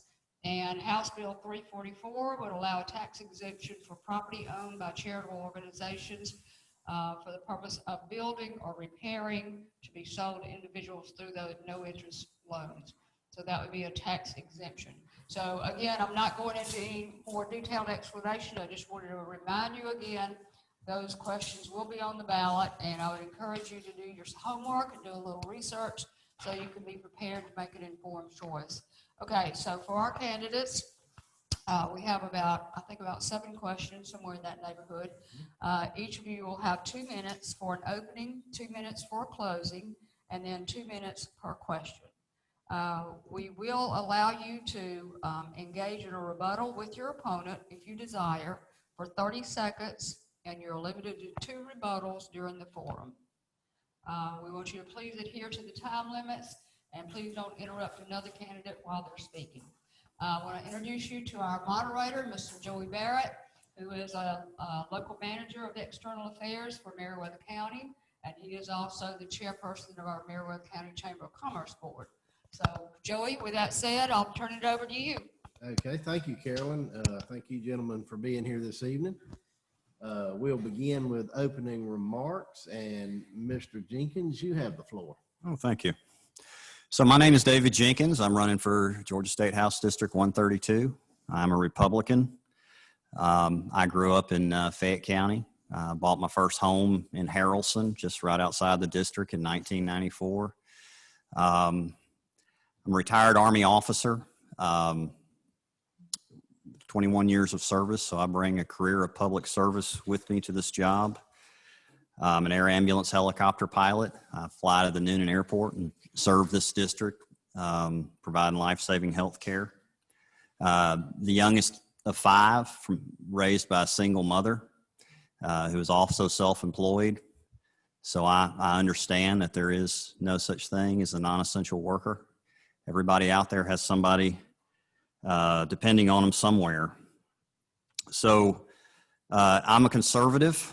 I feel like my beliefs, my values are the values of the 132nd district. I'm pro-life. I'm a capitalist, and I've lived in socialist countries while in the military, and of course, socialist healthcare is the most frightening part of that. So I'm so thankful for our American healthcare system, particularly as we deal with COVID. I believe in law and order. I believe in respecting those that protect us. We live in the greatest country on earth, and it's not because we were born in perfection. It's been a continual process. And as the leaders of today, that torch is passed on to us to continue to find ways to do it better. And I'll always do that. Thank you. Okay. Representative Trammell? Well, thank you so much. First of all, I want to thank the chamber for hosting this event and giving us an opportunity to have this discussion this evening. I'm proud of my nearly 20-year affiliation with the Meriwether County Chamber. One of the first things I did when I opened my business, my law firm here at home in Meriwether County, was join the Meriwether Chamber. And it's been a productive association, and so I'm pleased to be here. The second thing I want to do is tell my wife happy birthday. One of the things about being in public life is sometimes you have to be in places on special occasions. So she's at home with my three kids, Mary, age 7, Virginia, age 6, and our son, Bob, age 2. For the last 6 years, it's been my honor to represent the 132nd District in the Georgia General Assembly. And for the last 3 years, it's been my honor to serve as leader of the Democratic caucus in the Georgia General Assembly. When I went to the legislature, I went there to work for the citizens of the 132nd. And I wasted no time doing that. I have fought for things like healthcare access for our families, better schools for our kids, and to tell corporate polluters that they have to clean up their mess. When it's time to work across the aisle, I've worked across the aisle as evidenced by the 2 constitutional amendments on the ballot. They are both measures that I co-sponsored, House Resolution 164 and House Resolution 1023, which are great, good government amendments, and I would urge you to vote yes. So it's an honor to be here and look forward to having this conversation tonight. Would ask for your support on November 3rd. Okay, thank you. We'll begin the question part of the forum. Gentlemen, there's actually 6 questions.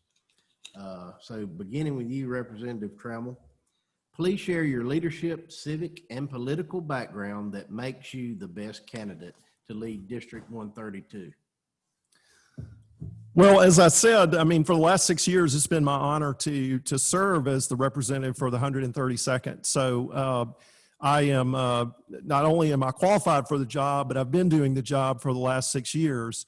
In addition to that, my colleagues in my caucus elected me as House Democratic leader in 2017. So I've served 3 legislative sessions as House leader and 2 special sessions as House leader. And those special sessions have been under a lot of extreme pressure and extraordinary circumstances. And what I mean by that is one of them obviously was the declaration of the public health emergency when COVID-19 was declared a global pandemic. And we were trying to get our bearings as a state.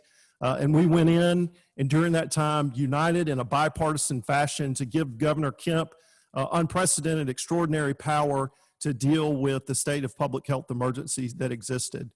Those are the types of leadership decisions and leadership opportunities that I've availed myself of and will continue to do in the future as the representative from the 132nd. Thank you. Mr. Jenkins? Yes.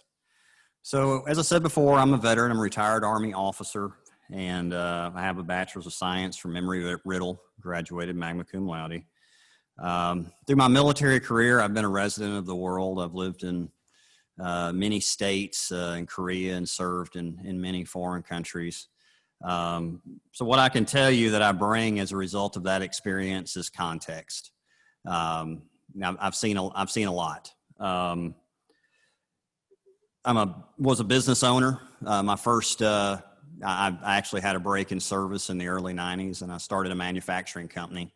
And when NAFTA sent all our jobs south, you know, my business failed at that time, and I looked for other things to do. I was a police officer prior to re-entering the service. I was worked for the Clayton County Police in the military. I spent my career as a helicopter pilot, but I guess more importantly, and I did participate in the invasion of Iraq and 3 tours in Afghanistan.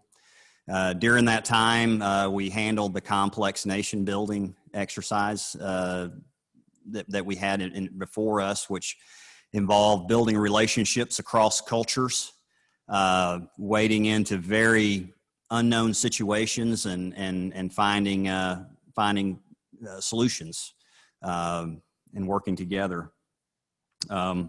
When I retired from the Army, I was first a farmer. That's what brought me to Meriwether County, and we still farm today.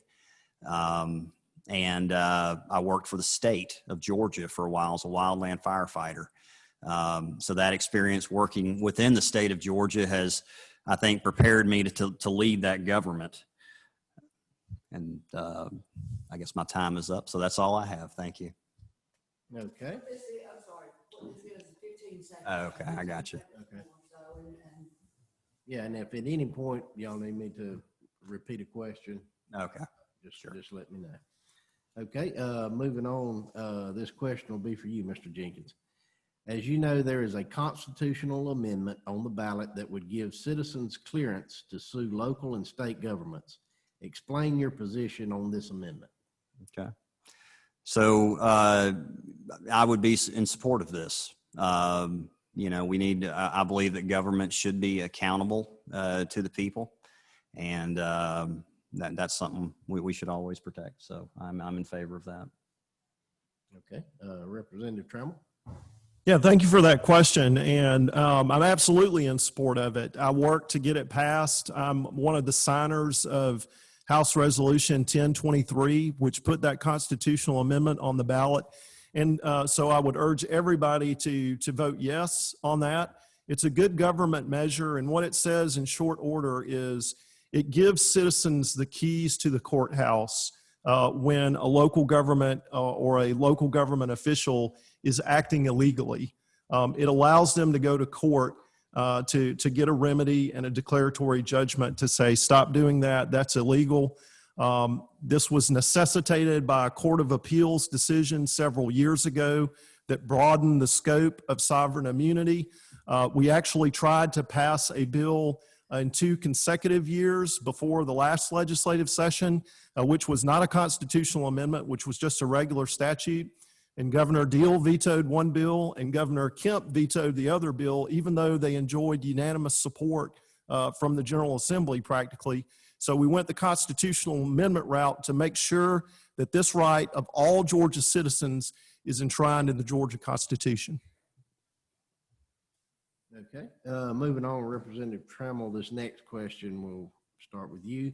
As we continue to be challenged by the COVID-19 pandemic, Georgia's economy is predicted to grow, but at a slower pace.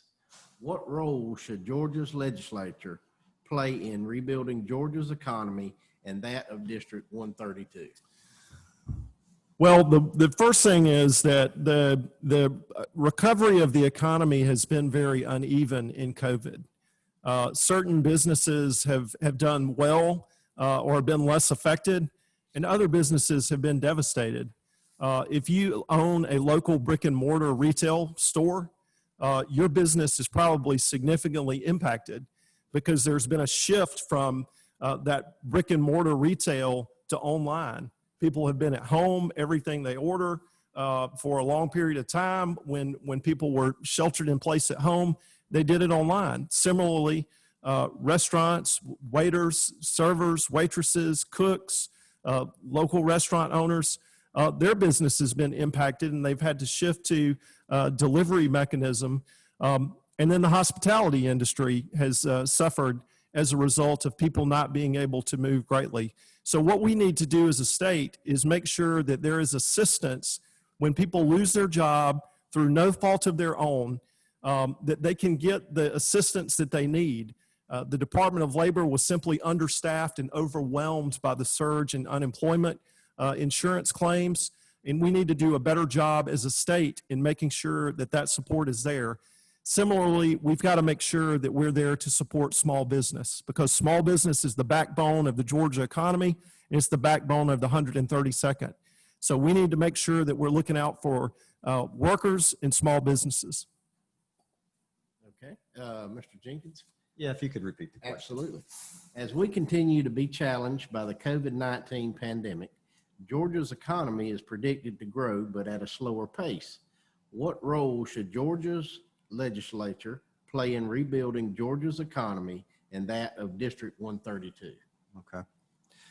So, Georgia's in a very good situation, relatively speaking, compared to other states in the union, and this is primarily as a result of the fiscal responsibility of our government. During the economic downturn of 2008, the state government had to make some very hard cuts. And, prior to major budget expansion, we ensured that we rebuilt the emergency fund so that we could be ready for a situation just like this that has occurred. Once the pandemic hit, the state legislature was faced with a hard choices to make to ensure that we move forward with fiscal responsibility and kept our state in a good position for the future.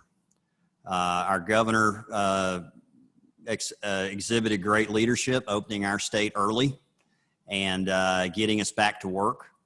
Because at the end of the day, during a lockdown situation, people's basic needs are not met.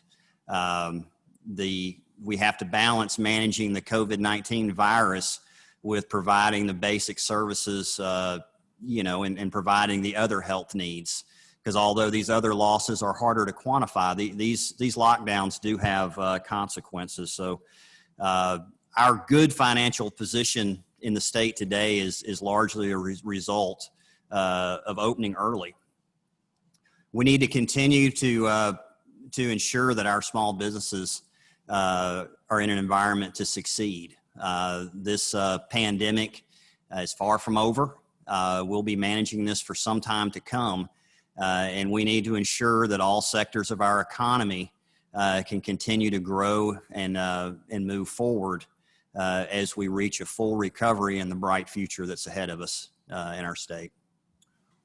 Can I take a Absolutely. 30-second rebuttal?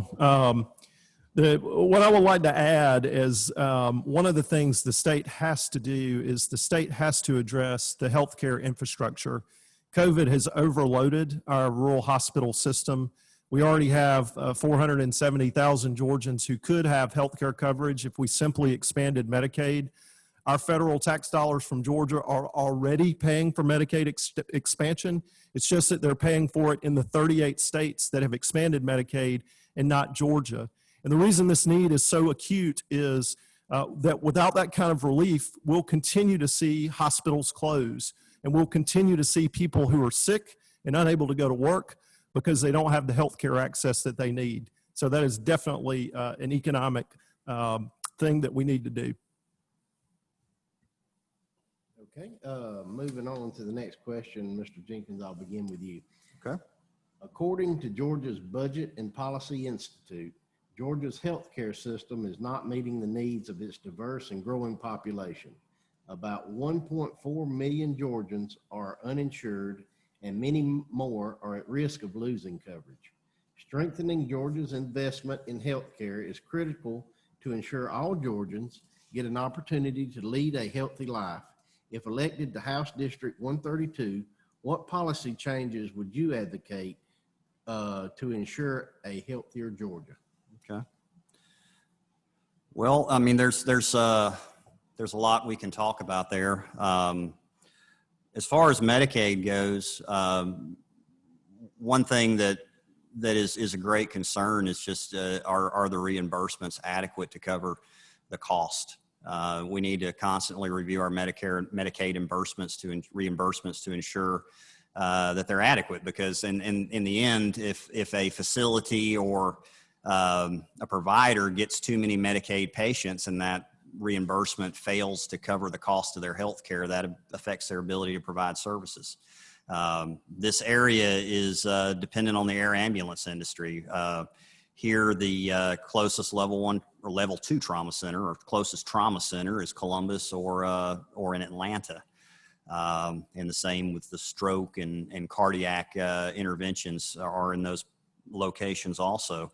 So, you know, if a provider gets too many uninsured patients or gets too many Medicaid patients, it makes it difficult for that provider to provide services, because ultimately that cost has to be passed on to another customer. I think another thing we need to look in is licensing. You know, in Georgia, and this is recommended nationally, that our physician's assistants in Georgia's one of the most restrictive states in allowing physician's assistants to practice. We can extend their practicing authority greatly and so provide more health care. Because ultimately, giving somebody something for free that there's nowhere to buy doesn't do anyone any good. We need to increase capacity as well. And then finally, with the COVID-19 pandemic, you know, we need to, when we come out of this to the bright future that our state has ahead of us, you know, we need to ensure that we prepare for the future so that we can better manage something like this in the future, because science tells us we very well will probably have to deal with this again. Okay, Representative Trammell. No, thank you so much for that question. And the core of your question is, what are we going to do about the 1.4 million Georgians who do not have health insurance coverage at the moment, which puts us near the bottom in the 50 states of having residents without coverage. And there are a couple of things, but first and foremost is, again, we're one of only 12 states that has refused to expand Medicaid, which could immediately cover 500,000 Georgians if we simply accepted the federal funding that is available to do so. Our refusal to do so has meant that Georgians have gone without medical care. And if you look at what has happened in some of the communities most impacted by COVID-19, in many cases, there is an overlay of communities that have not had access to health care, that could have had access to health care if we had expanded Medicaid. So it is something that has always been on the agenda for me. I am proud to have been the lead sponsor of the Medicaid expansion bill for the last 3 years in the General Assembly, and I will continue to do that. But the other issue that we have to talk about when it comes to Georgians who lack coverage is the impending crisis with the Affordable Care Act. The Affordable Care Act is under assault. Republican attorney generals have sued to overturn the Affordable Care Act. That case is pending before the Supreme Court right now. And its importance is this: if the Affordable Care Act goes away and is overturned, millions of Georgians and tens of millions of Americans who presently have protections against, because they have pre-existing conditions, they're able to obtain coverage, those safeguards would go away. So we need to commit as a state that we will make sure to safeguard those protections for Georgians who have pre-existing conditions. I'd like to rebuttal. Okay. The Affordable Care Act is broken, and it needs to be fixed. That's what our lawmakers are doing on the national level. We've seen our health care insurance costs skyrocket under the Affordable Care Act, and you know, a lot of people who once could afford insurance can no longer. So we need to come up with a better solution. Of course, I'm running for the State House, and that's really a national discussion, but I support our conservative lawmakers in Washington who are working for a better solution for this nation. Okay, moving on, the next question, Representative Trammell, will go to you. And again, according to Georgia's Budget and Policy Institute, during the last 2 decades, over $10.2 billion has been cut from Georgia public schools. With $950 million in cuts for the fiscal year 2021 budget year, what is your position on restoring full funding for QBE in Georgia, and how this issue plays out in regard to the school choice debate? So thank you for that question. And I led the fight this year against the $1 billion in cuts that took money out of our classrooms in the middle of a global pandemic when students and teachers needed that money the most. We literally balanced the budget on the backs of school kids and their futures. It's indefensible. With respect to the money that has been taken out over the last 20 years, I also led the fight as leader in 2018 in Governor Deal's last term. We initially voted against a budget on the basis that it had not fully funded public schools and quality basic education, and then they found the money to fully fund it, and we supported that budget in a bipartisan fashion in 2018 in Governor Deal's term last year. So we absolutely must work and restore those funds. Our students need them more than they ever have. And COVID-19, learning virtually, what we had to do at the end of the last school year, and in some communities at the beginning of this school year virtually, it's just not the same. And so we have to make sure that we're investing in kids and that our schools have the money that will let them do so in a safe manner consistent with public health guidelines. And you can't do that when you cut $1 billion out from underneath them. Okay, Mr. Jenkins. Well, I do understand the state legislature had some very hard decisions to make this last spring. The state government has to have a balanced budget, and they had to basically balance their budget with expected income. So we've definitely had to make some cuts that I don't think anyone wanted to do, but ultimately we need to safeguard the financial future of this state and our prosperity after this pandemic passes. I do believe in school choice and charter schools. I don't think that that should only be reserved for those wealthy enough to afford it. I have a wonderful family that works for me on the farm, residents of Meriwether County, the exact kind of family that Meriwether County needs. They made the decision as a result of their children, school-aged children, to move to Coweta County so that they could find a better education for them. And I want to give those people a choice. They shouldn't have to move just to get a good education. We need to have school choice and charter schools available to our students. Okay, thank you. Okay, moving on to our last question before closing remarks. I'll begin with you, Mr. Jenkins. Election integrity has received a lot of attention in this cycle. Are you concerned with the integrity of Georgia's election process, and are there changes you would recommend? Well, I mean, that's something we can never take lightly. And I know the national media, where we get most of our news, they're focused on the presidents and senators elections, but we have local elections, and and as a resident of Meriwether County, District 1 County Commission, I think, was decided by about 25, 30 votes, something like that. So every vote counts, and we need to ensure that every voter is casting a legitimate ballot, that we don't have anyone voting twice.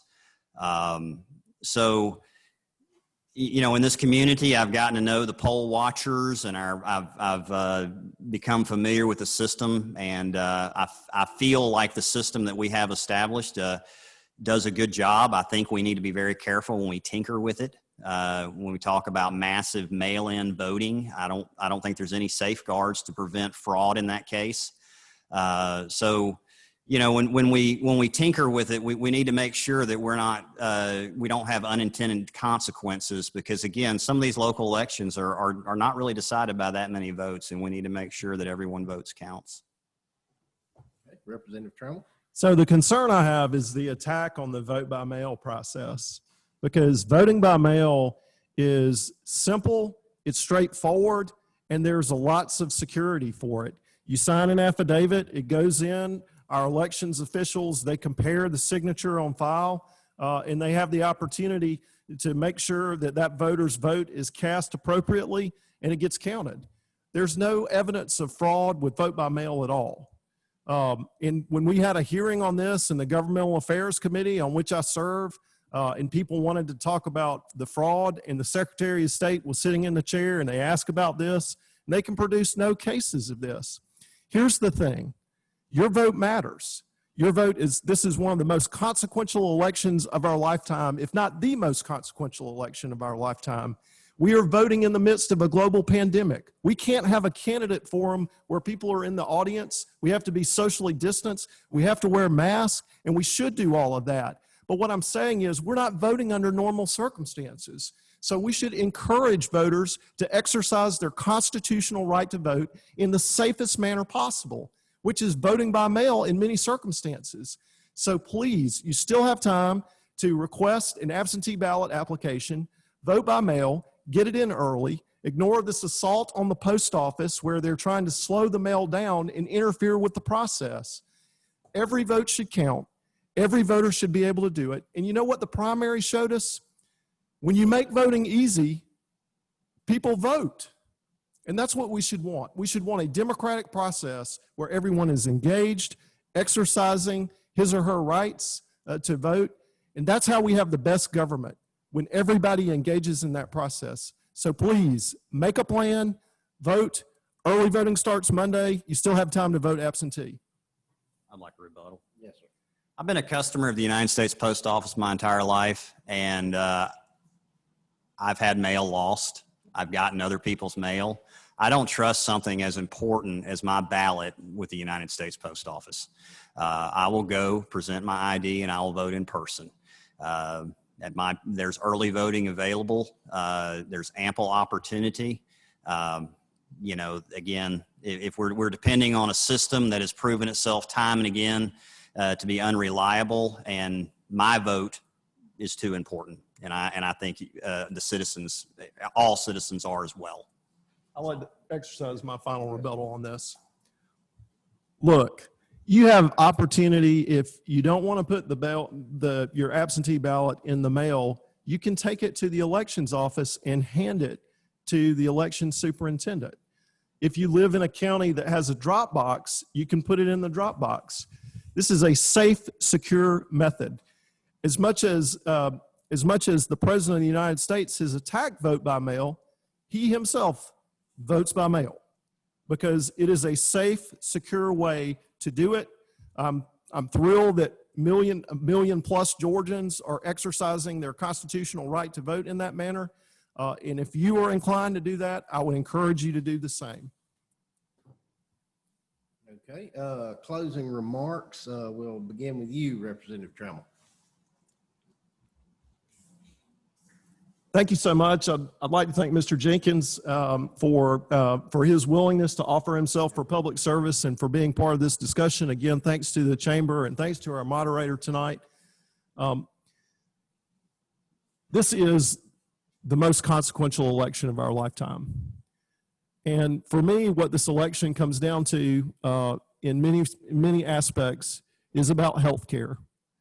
It's a signature issue that I have fought for in my tenure in the General Assembly, and I will continue to do that because we should be able to do what 38 other states have done, particularly in the time of this pandemic, which is cover citizens who could be covered if we just simply ignored the politics and accepted the money for Medicaid expansion.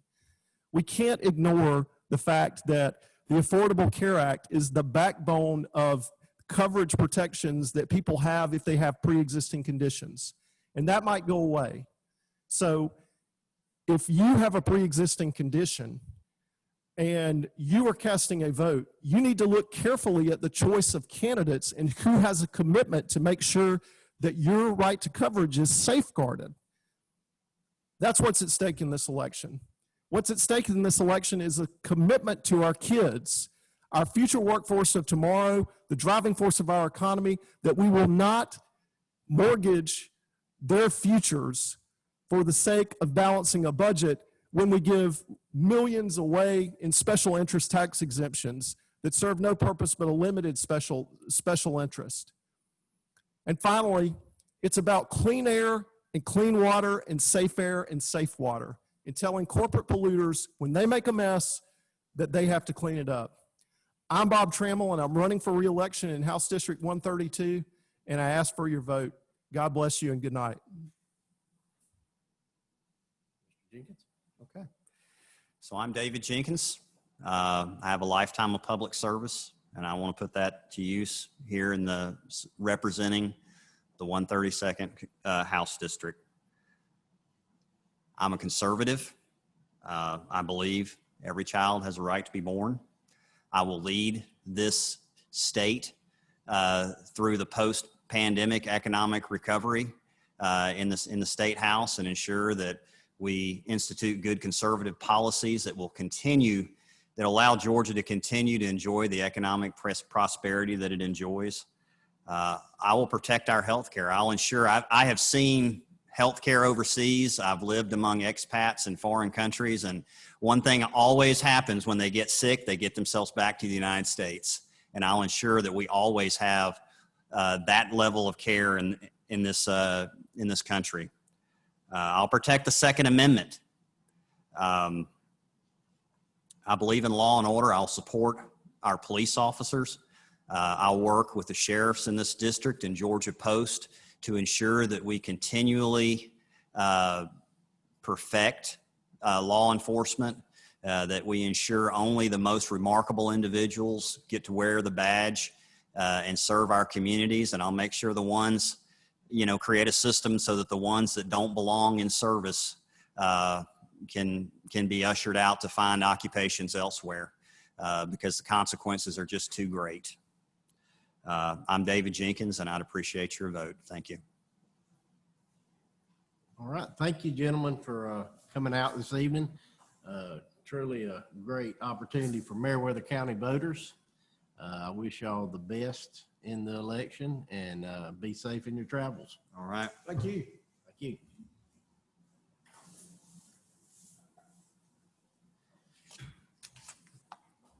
I'm sorry we kept y'all waiting. Oh, that's all right.